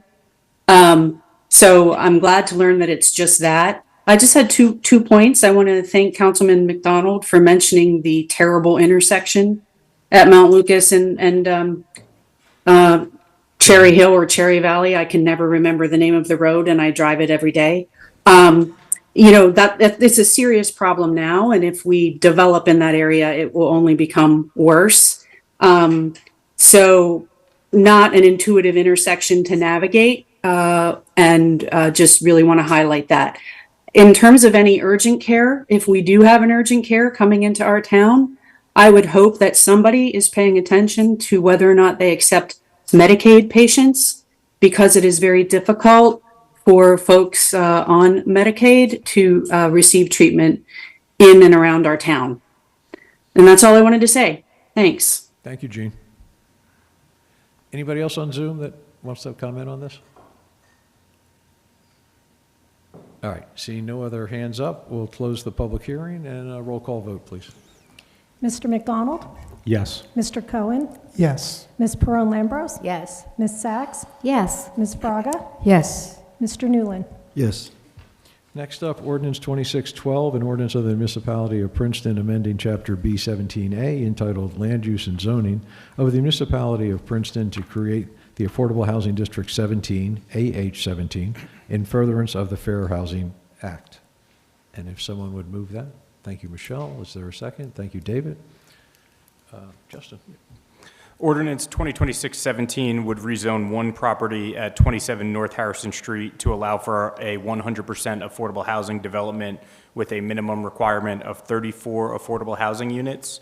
This municipally owned lot is the site of the Harrison Street Firehouse and Municipal Maintenance Garage, which is intended to be relocated to the municipality's River Road property. The ordinance permits a stepped back maximum height of 3 stories and 36 feet within 25 feet of the property line on North Harrison Street, then a maximum of 4 stories and 48 feet behind that for the remainder of the property. I do want to highlight, though, that setbacks were tailored on this one, particularly near the Queenston Commons townhome development, of a 15-foot setback in the rear where the building could not be built, and 8-foot setback on the northern side. The planning board reviewed this ordinance last Thursday and found it to be substantially consistent with the Princeton Master Plan and recommended approval of the ordinance with no comments. Thank you. Thank you. Questions or comments up here? This is for AH17? Correct. So just in this one, the timetable's a little bit different since this is our property. So we don't have the 5-year check-in and the 10 years to do that. If you could just explain the difference. Yeah, per the courts, we have 2 years to get to a shovel-ready project. And by we, I mean every municipality in the program in the state, while at the same time, the state law gives bonuses for redeveloping municipally owned properties. So a lot of towns are going to be looking to do that. 2 years for a shovel-ready project is very ambitious, so I'm curious how that's going to happen. But that is one of the requirements of the legislation. Never let reality get in the way. Yeah. Thank you. Leighton. Yeah, Justin, and I talked to you about this today, but just for the benefit of my colleagues who probably know, or for people in the audience or virtually, on this particular item, the number, and it also is on the next one, on AH18, maybe a little bit ahead of myself, but there's 34 affordable units on AH17, and then there says there's 35 affordable units on AH18. However, we've been used to using the 20% on our affordable units, but there's no top number on either number 4 or number 5 to tell us, for example, 35 and 34 are 20% of 175. Are we suggesting that those are the number of units that are going to be on these 2 sites? But this one, This is 100% this affordable. is going to be all affordable. This is all It's not going to be the split. Okay, then I'm Right, because if it was the split, you're exactly correct. The total number of units would be tremendous. Okay, but is this also on AH18, same thing? Yeah, which will, yeah. Okay. We're not. Thank you, sorry. And Councilman, if I might, there is also an additional development requirement because we own these sites. So there will have to be an agreement, a municipal developers agreement with the municipality and the developer. Is there any information here, Justin, about how we would search for our developers? No, there's not. Should there be? I don't believe so. I think we would have to work that out with the developer after the fact. I'm not sure exactly how we would go about that. It's a zoning ordinance. But is that to say that we already have a developer in mind for both of these sites? Oh, so we will be going out to look at developers across the country then? We have development. We have Princeton Community Housing for the one site, I think that you're referencing. Well, bottom line is we need to find somebody, yes. And we need to find somebody soon. But shouldn't all that information be included in what we're looking at today? No? Well, I think there's a difference between what the ordinance has to say and then what we have to do to make the ordinance happen, or to make it. Yeah, and in general, it's not, actually, this is not the sort of thing that we want to discuss in public because, yeah, so. Okay, thank you. Yeah, but Leighton, I mean, it's so noted that we do need to, we need to get on the ball about the next steps. I'm sorry, any other questions or comments up here? All right, anybody in the room have any question or comment on this one? Anybody on Zoom, question or comment on this one? All right, seeing no hands up, we'll close the public hearing. Can we have a roll call vote, please? Mr. McDonald? Yes. Mr. Cohen? Yes. Ms. Perone-Lambros? Yes. Ms. Sachs? Yes. Ms. Fraga? Yes. Mr. Newland? Yes.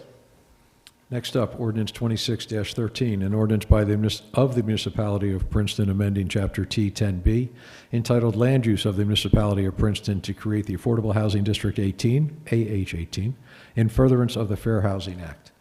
Could we have a motion on that? Thank you, Michelle. Is there a second? Thank you, Mia. Justin? Yes. Thank you. Ordinance 2026-13 would rezone one lot at 303 John Street to allow for a 100% affordable housing development with a minimum requirement of 35 affordable housing units plus a permitted unit for a site manager. This lot currently houses municipal DPW staff in a trailer that was meant to be temporary with a salt dome and storage for vehicles and equipment behind it. These are expected to be relocated to the municipality's River Road facility. Interestingly, the 1996 Princeton Community Plan notes that, quote, relocation of the John Street facility is currently underway and will probably be completed by 1997, end quote.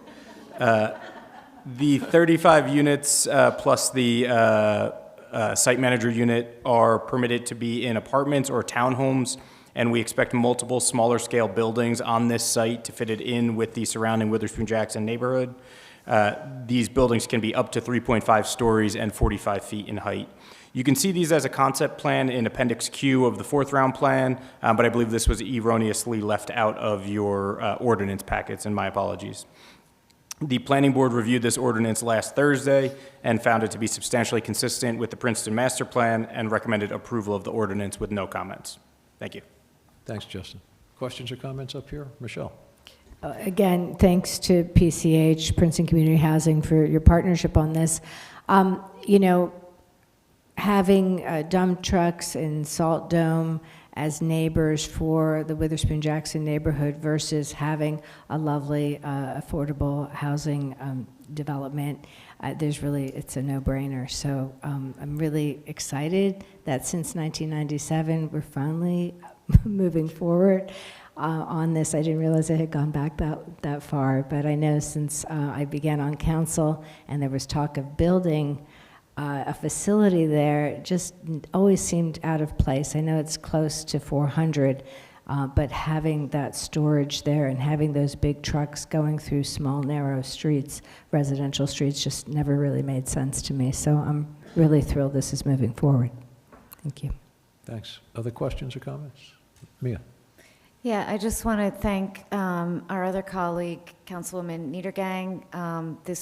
There was a plan to put the Public Works facility there permanently, and both Councilwoman Niedergang and Councilwoman Lambros and I felt very strongly that that was, from an equity perspective, not an appropriate place for that. One can imagine that many other neighborhoods in the town would not be amenable to having that adjacent to their neighborhood, and in addition to which it's a walkable, space close to Community Park, and so we're we are really glad that, that this is happening, but it also does mean that we are having to move, because this is a municipally sponsored project. The public should note that, this has the 2-year time frame, and it means the town is now tasked with moving our public works facility from both the Harrison Street site that we just mentioned and this site out to River Road within 2 years. And so there are a number of us on council who are meeting biweekly with a consortium of consultants to figure out how best to expedite that process on River Road, and it will not be cheap. So when you get to hear what the budget situation is for this year, you'll hear more about the River Road project, and you can connect it to what's happening here. Other questions or comments up here? Anyone in the audience wants to speak to this one? No? Okay. Anybody on Zoom that wants to speak to this one? All right, seeing no hands up, we'll close the public hearing and have a roll call vote, please. Mr. McDonald? Yes. Mr. Cohen? Yes. Ms. Pearl-Lambros? Yes. Ms. Sachs? Yes. Ms. Fraga? Yes. Mr. Newland? Yes. Next up, ordinance 26-14, an ordinance of the municipality of Princeton amending Chapter B17A entitled Land Use and Zoning of the municipality of Princeton to create the Affordable Housing Overlay District 19, AHO 19, in furtherance of the Fair Housing Act. And if someone would move that, thank you, Mia. Leticia's got the second. Justin. Thank you. Ordinance 2026-24 is a little different from the other ordinances you've seen tonight and at previous meetings, though it is still mentioned in our fourth round housing element and fair share plan. This ordinance would amend the AHO2 overlay district in the Jugtown area, which was established as part of our third round housing element in 2020. This ordinance would take 5 parcels at the intersection of Nassau and North Harrison Streets out of the AHO2 and place them into a new AHO 19 overlay district. Their underlying zoning is either neighborhood business or residence business, and that will not change. These 5 parcels are all in the Jugtown Historic District. The ordinance requires the retention of the street fronting historic buildings as it did in the AHO2, though it confirms that no new construction is permitted on top of these buildings. The ordinance permits the development of multiple dwellings above the ground floor or behind commercial uses on the ground floor or street level. It also permits townhouses, stacked townhouses, and a combination of multiple dwellings and townhouse uses, as well as retail sales and services, offices, and restaurants on the ground floor, so long as the business faces on Nassau Street. At least 20% of any proposed residential units are required to be designated as affordable for someone to utilize the overlay. The ordinance allows a maximum height of 3 stories and 35 feet, which is slightly less than the AHO2 in existence now, with a pitched roof requirement. Setback requirements have also been modified in this ordinance. The parking requirements are the same as they are with the AHO2. The Planning Board reviewed this ordinance last Thursday and found it to be substantially consistent with the Princeton Master Plan and recommended approval of the ordinance. While the board didn't have any comments or recommendations regarding the ordinance itself, except for the approval, it recommended that a memo, or it discussed a memo, preparing a memo explaining the background of and decision-making on the proposed overlay be prepared and included in the municipality's files on this ordinance. And I believe that was brought on by a discussion of how community groups were involved in coming to a compromise on the recent 344 Nassau Street zoning board application in this area, utilizing the AHO2, as well as this ordinance itself. Thank you. Thanks, Justin. Questions, comments up here? Brian? Yeah, question. As Justin noted, this is a little different than the others. And I'm just wondering if you could walk us through the steps for the approval process, and specifically, is there a stop with the Historic Preservation Commission? Mm-hmm. Certainly, that's a great question. For any application utilizing this overlay, they would have to submit a site plan application and first go to the Historic Preservation Commission, followed by a stop at either the Planning Board or the Zoning Board.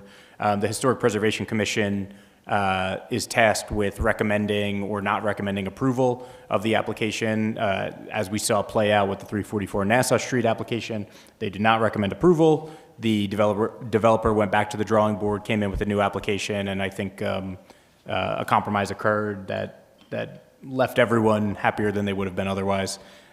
So that same process would essentially occur for any application for development with this overlay. Mia. To your point, Brian, and I think we'll hear from some people who have been part of the historic advocacy Jugtown group who have been working to amend this ordinance. Their concern was that the way it was previously constructed, their only remedy was the HPC, and I believe that they no longer, they will have to go through HPC, but the people, who were concerned about what is the very unique historic nature of this corner, they believe now that the ordinance as amended does protect that. And I think this was really important because for all of us, in public life and as elected officials, I think it's important that our constituents know that sometimes in the course of making policy, we make policies that need to be amended, revisited, reviewed, and changed.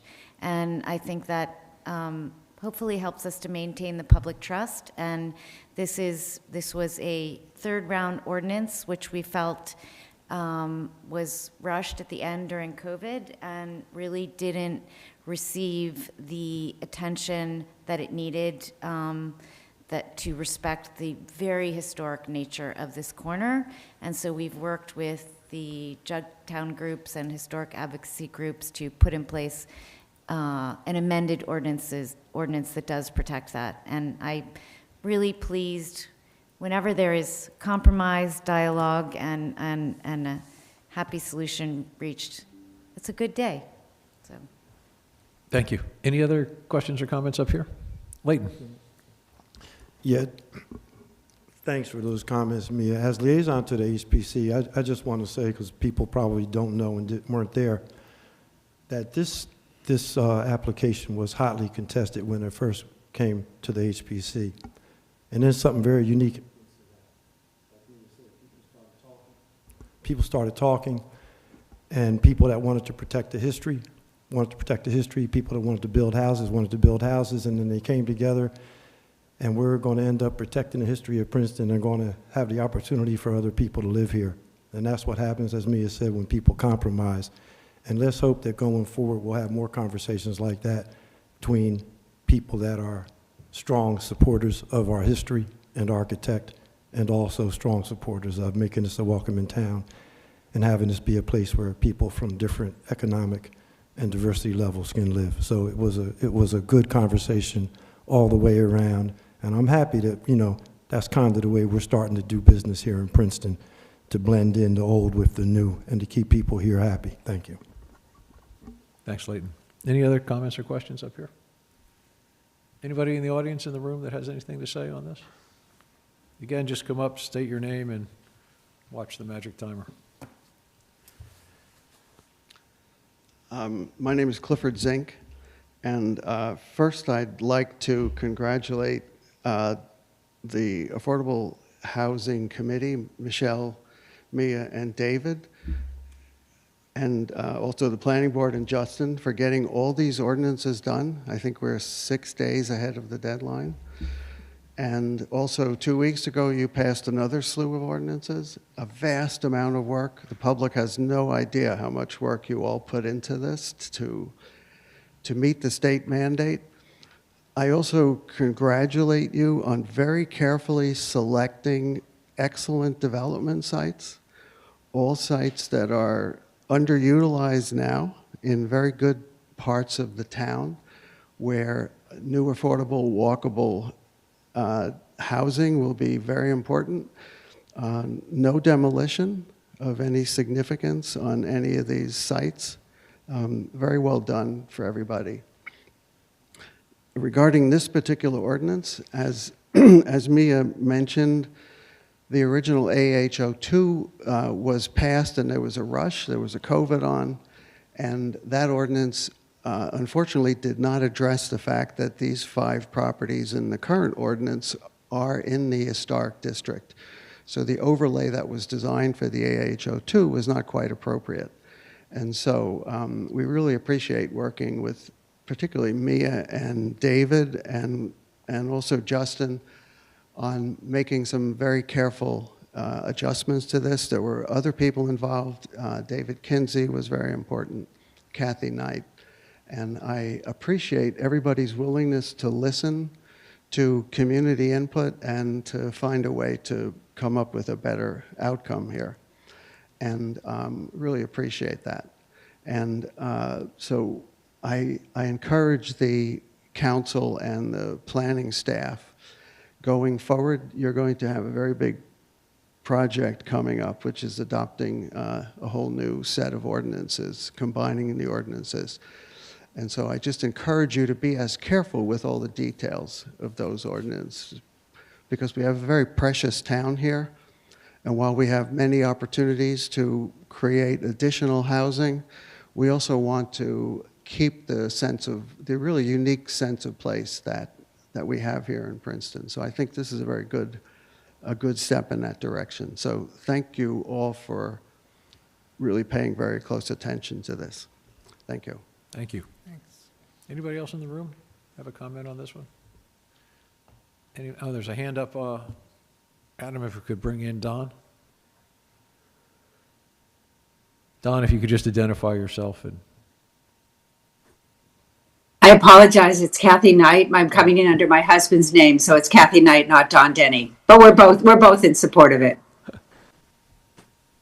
Okay. I wanted to thank everyone. Really, most of everything I was going to say was already covered, and I really appreciate what Mia had to say, what Leighton had to say, and what Clifford had to say.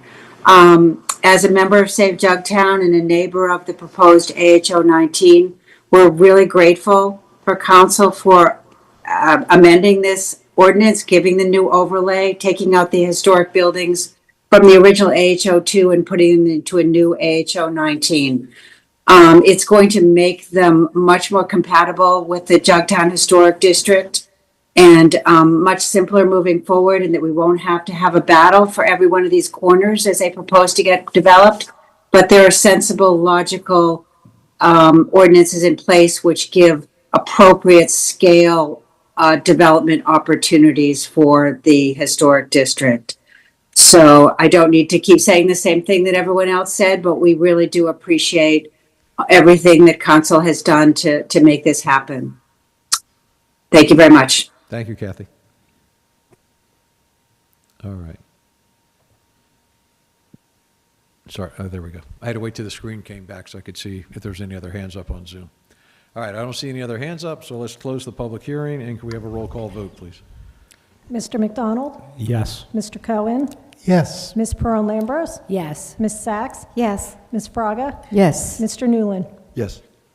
Next up, ordinance 26-15, an ordinance of the Municipality of Princeton amending Chapter T10B entitled Land Use of the Municipality of Princeton to address the requirements of the Fair Housing Act and the Uniform Housing Affordability Controls regarding compliance with the municipality's affordable housing obligations.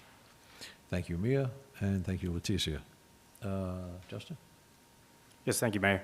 Ordinance 2026-15 is also different than the other fourth round ordinances that you've seen. This ordinance replaces the article on affordable housing that's currently in the municipal code. That existing article is from previous rounds mandated by the state, while the new one you see in this ordinance is based on the fourth round and is a requirement to get our fourth round compliance. This new chapter is based on a model ordinance which follows current UHAC and DCA rules, and UHAC being the Uniform Housing Affordability Controls, DCA Department of Community Affairs. And it includes, among other sections, definitions, the municipality-wide mandatory set-aside, affordable housing construction and design regulations, affordable housing program regulations, unit standards, income restrictions, administration, enforcement, marketing, and development fees. The planning board reviewed this ordinance last Thursday and found it to be substantially consistent with the Princeton master plan and recommended approval of the ordinance with no comments. Thank you. Thanks, Justin. Questions or comments up here? Yes, Leighton. Thanks, Justin. Yeah, I read this very carefully, and I want to bring your attention and a question to Article 12, Affordable Housing, Division 1, General. Under B, it reads as follows. This ordinance is intended to ensure that very low, and moderate income units are created with controls on affordability over time, and that very low, and moderate unit households shall occupy these units pursuant to statutory requirements. My question is, how long, what is over time? How long over time will these units be affordable? And who is responsible for their affordability on a year-to-year basis with regard to compliance?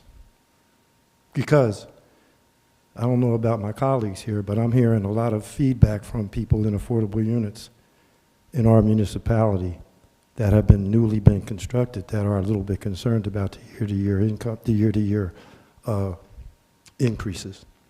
So that's a question, and I want it on public record that I've asked it because it's significantly important that houses that we're building remain affordable for people to be able to live there.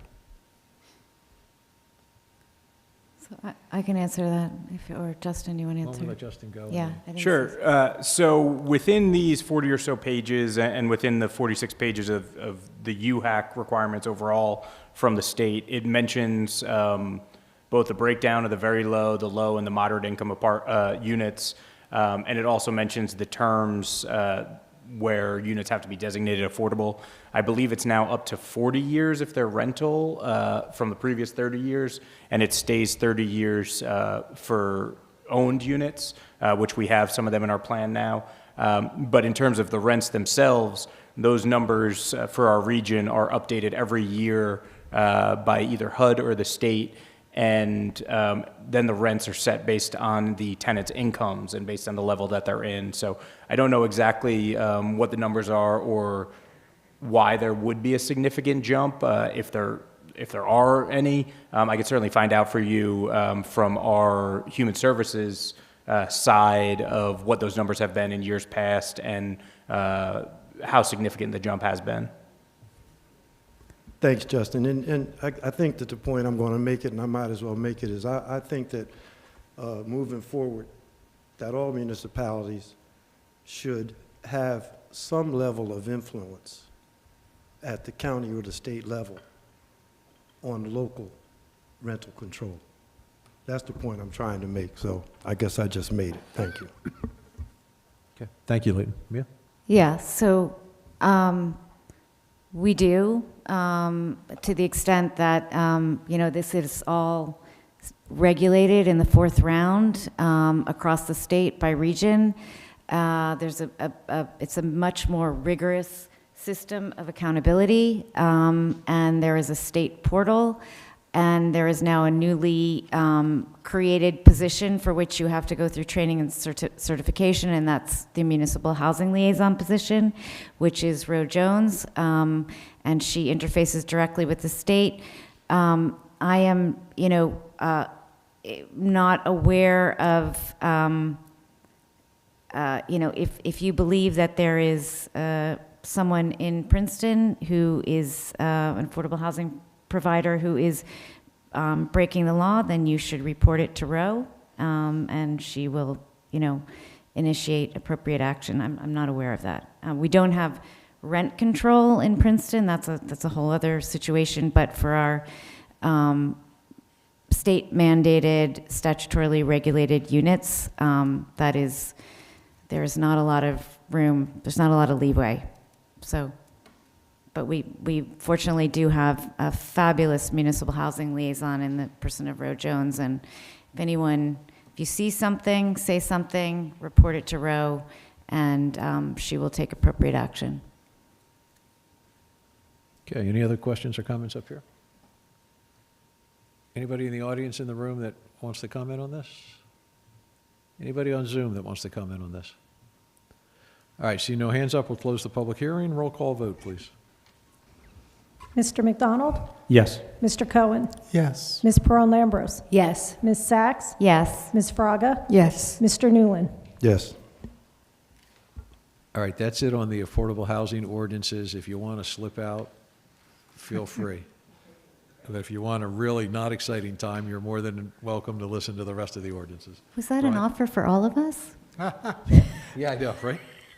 Brian? Yeah, now that this is complete, right, we're done, I want to second the thanks that have been offered to David, to Mia, to Michelle, to our attorneys, to Justin, to the consultants. I know this has been a long journey, and I can sort of imagine how much time it's taken. I know you all have worked incredibly hard, and to hear from so many residents, not just tonight, but also at the planning board meeting when all of these were presented about the very high quality that the plan represents. I just want to say thank you.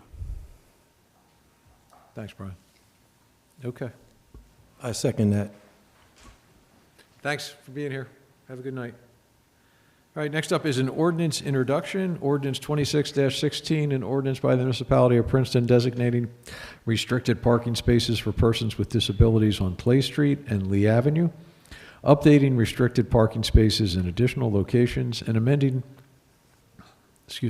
Section B19-30 of the Code of the Borough of Princeton, New Jersey, 1964, and Section T11-11.1 of the Code of the Township of Princeton, New Jersey, 1968. Thank you. David's got the motion. Leticia's got the second. Roll call vote. Mr. McDonald? Yes. Mr. Cohen? Yes. Ms. Pearl Lambros? Yes. Ms. Sachs? Yes. Ms. Fraga? Yes. Mr. Newland? Yes. All right, resolutions.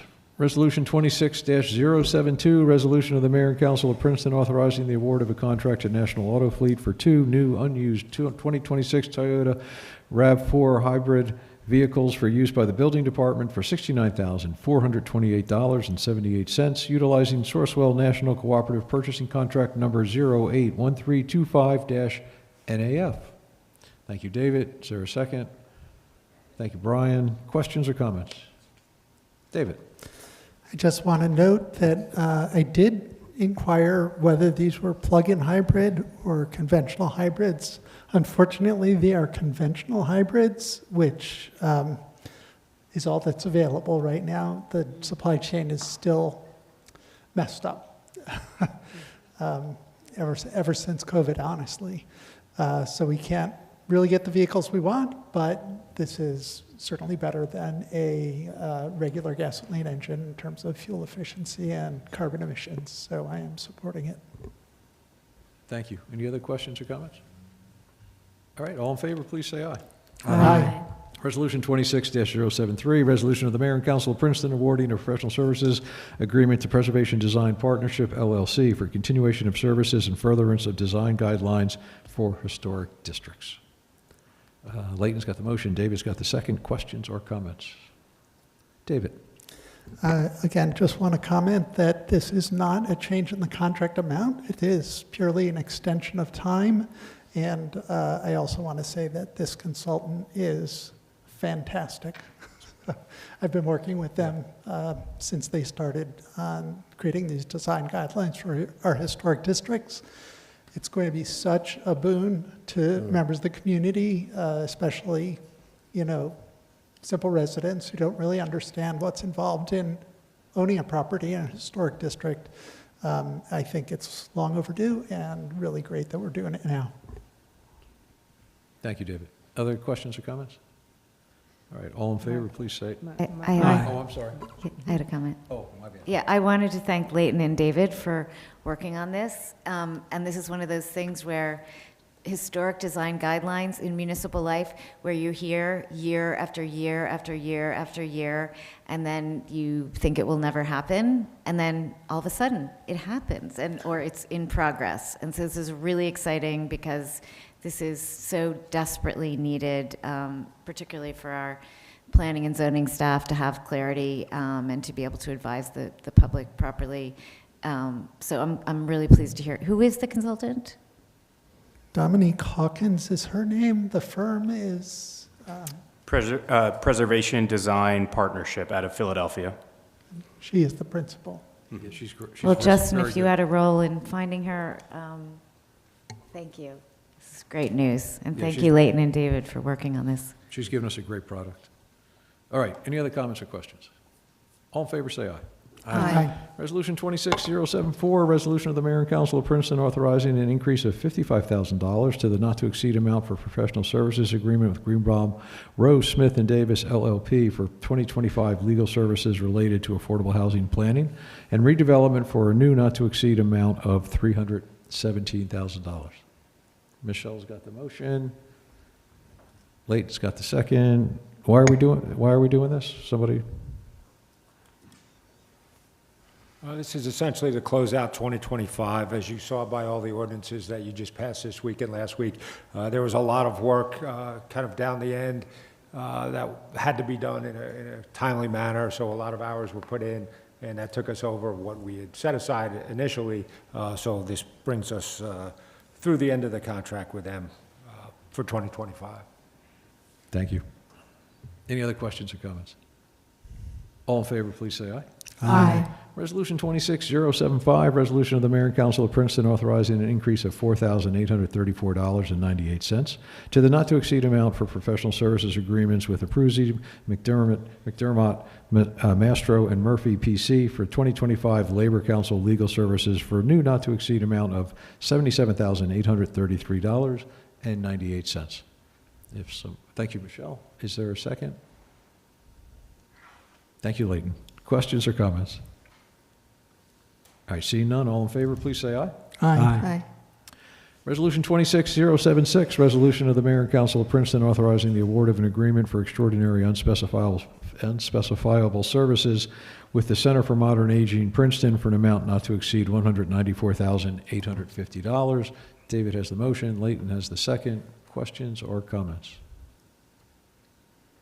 I'll just point out this is our yearly agreement with them, in case anybody watching is curious. And David?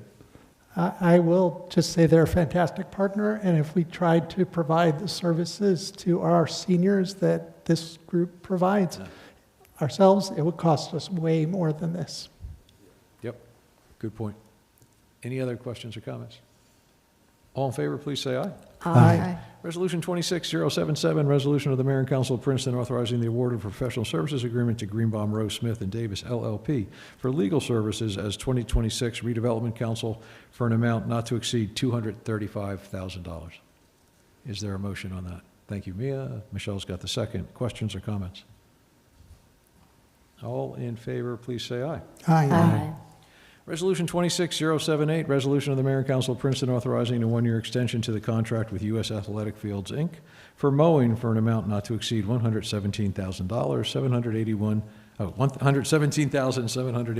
$117,781.73.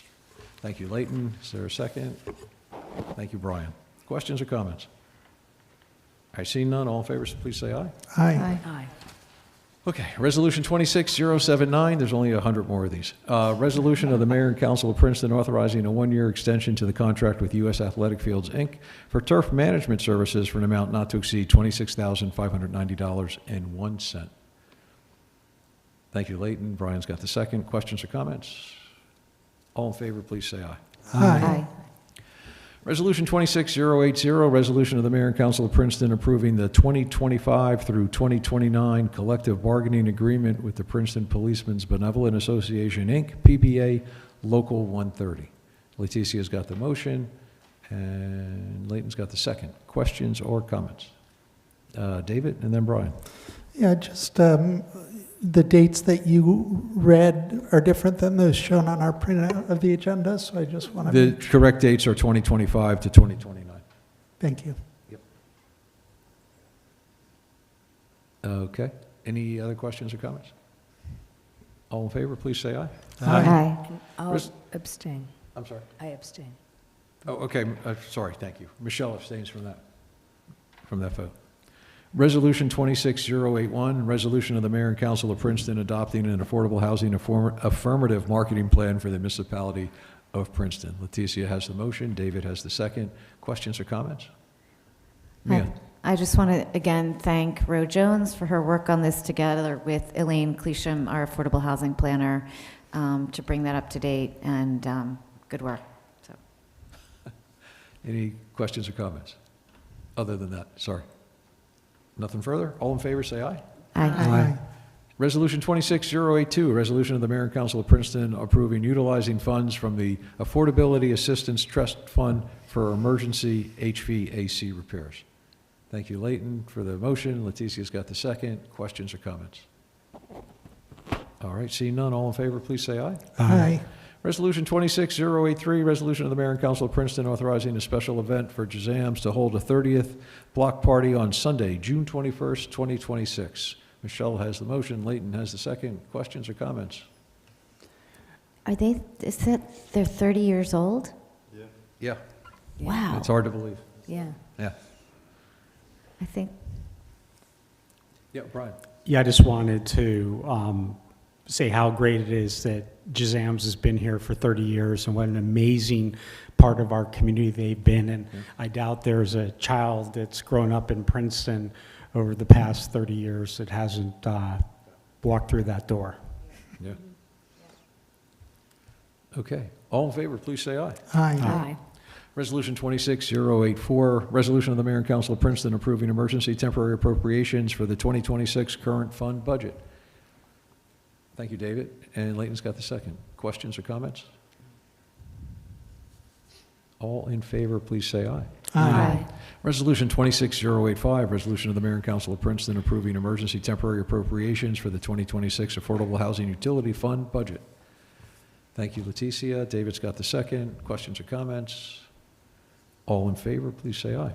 Aye. Resolution 26086, resolution of the Mayor and Council of Princeton approving emergency temporary appropriations for the 2026 Parking Utility Fund budget. Michelle's got the motion. Leighton's got the second. Questions or comments?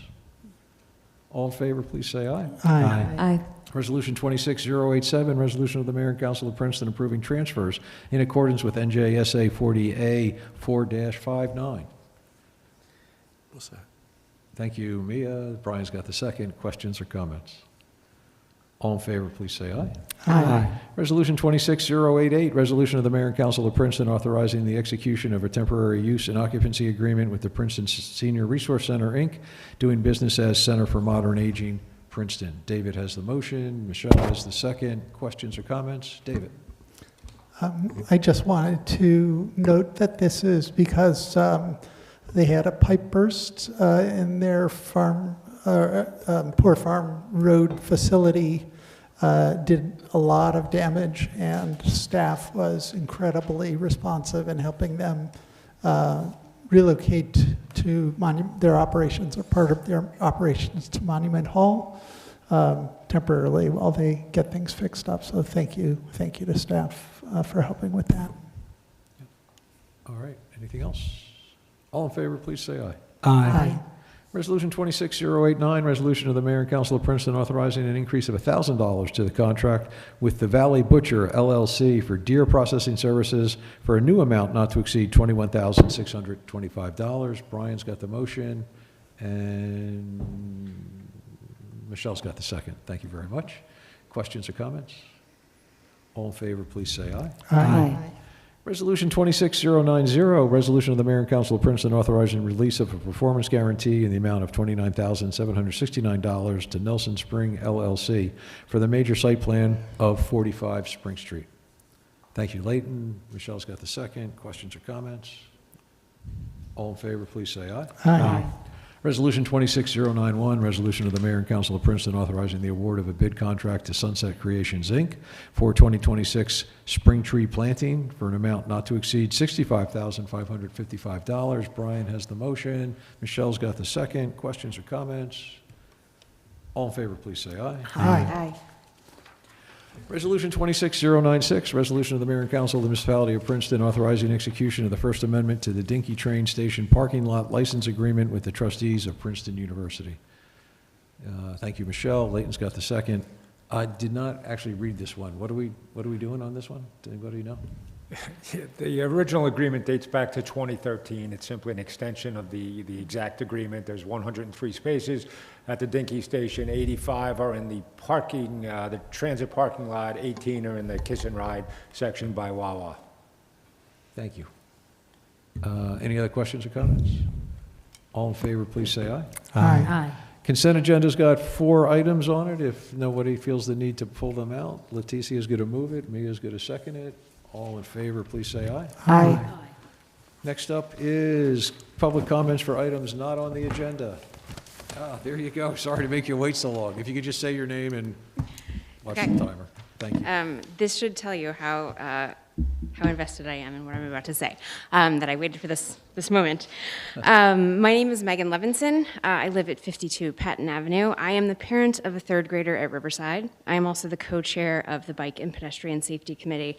You may have heard from some people from our community recently.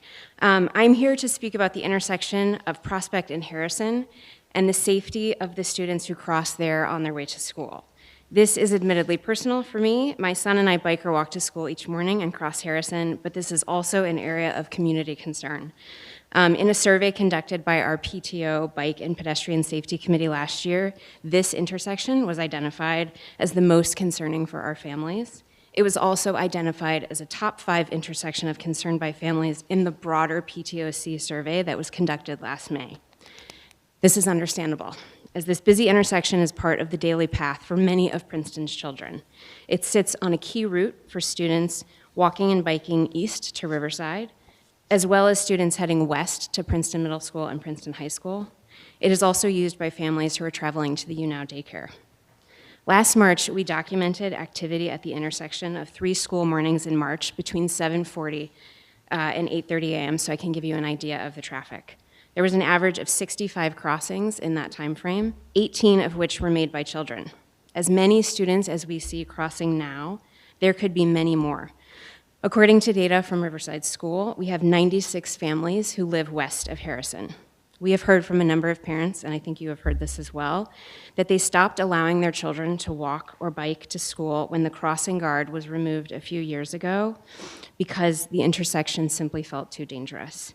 That's a loss for our kids, it's a loss for our community, and it's a loss for the town's goals around safe and sustainable transportation. As I understand it, the town's position has been that a traffic light makes a crossing guard unnecessary, but the reality on the ground tells a different story.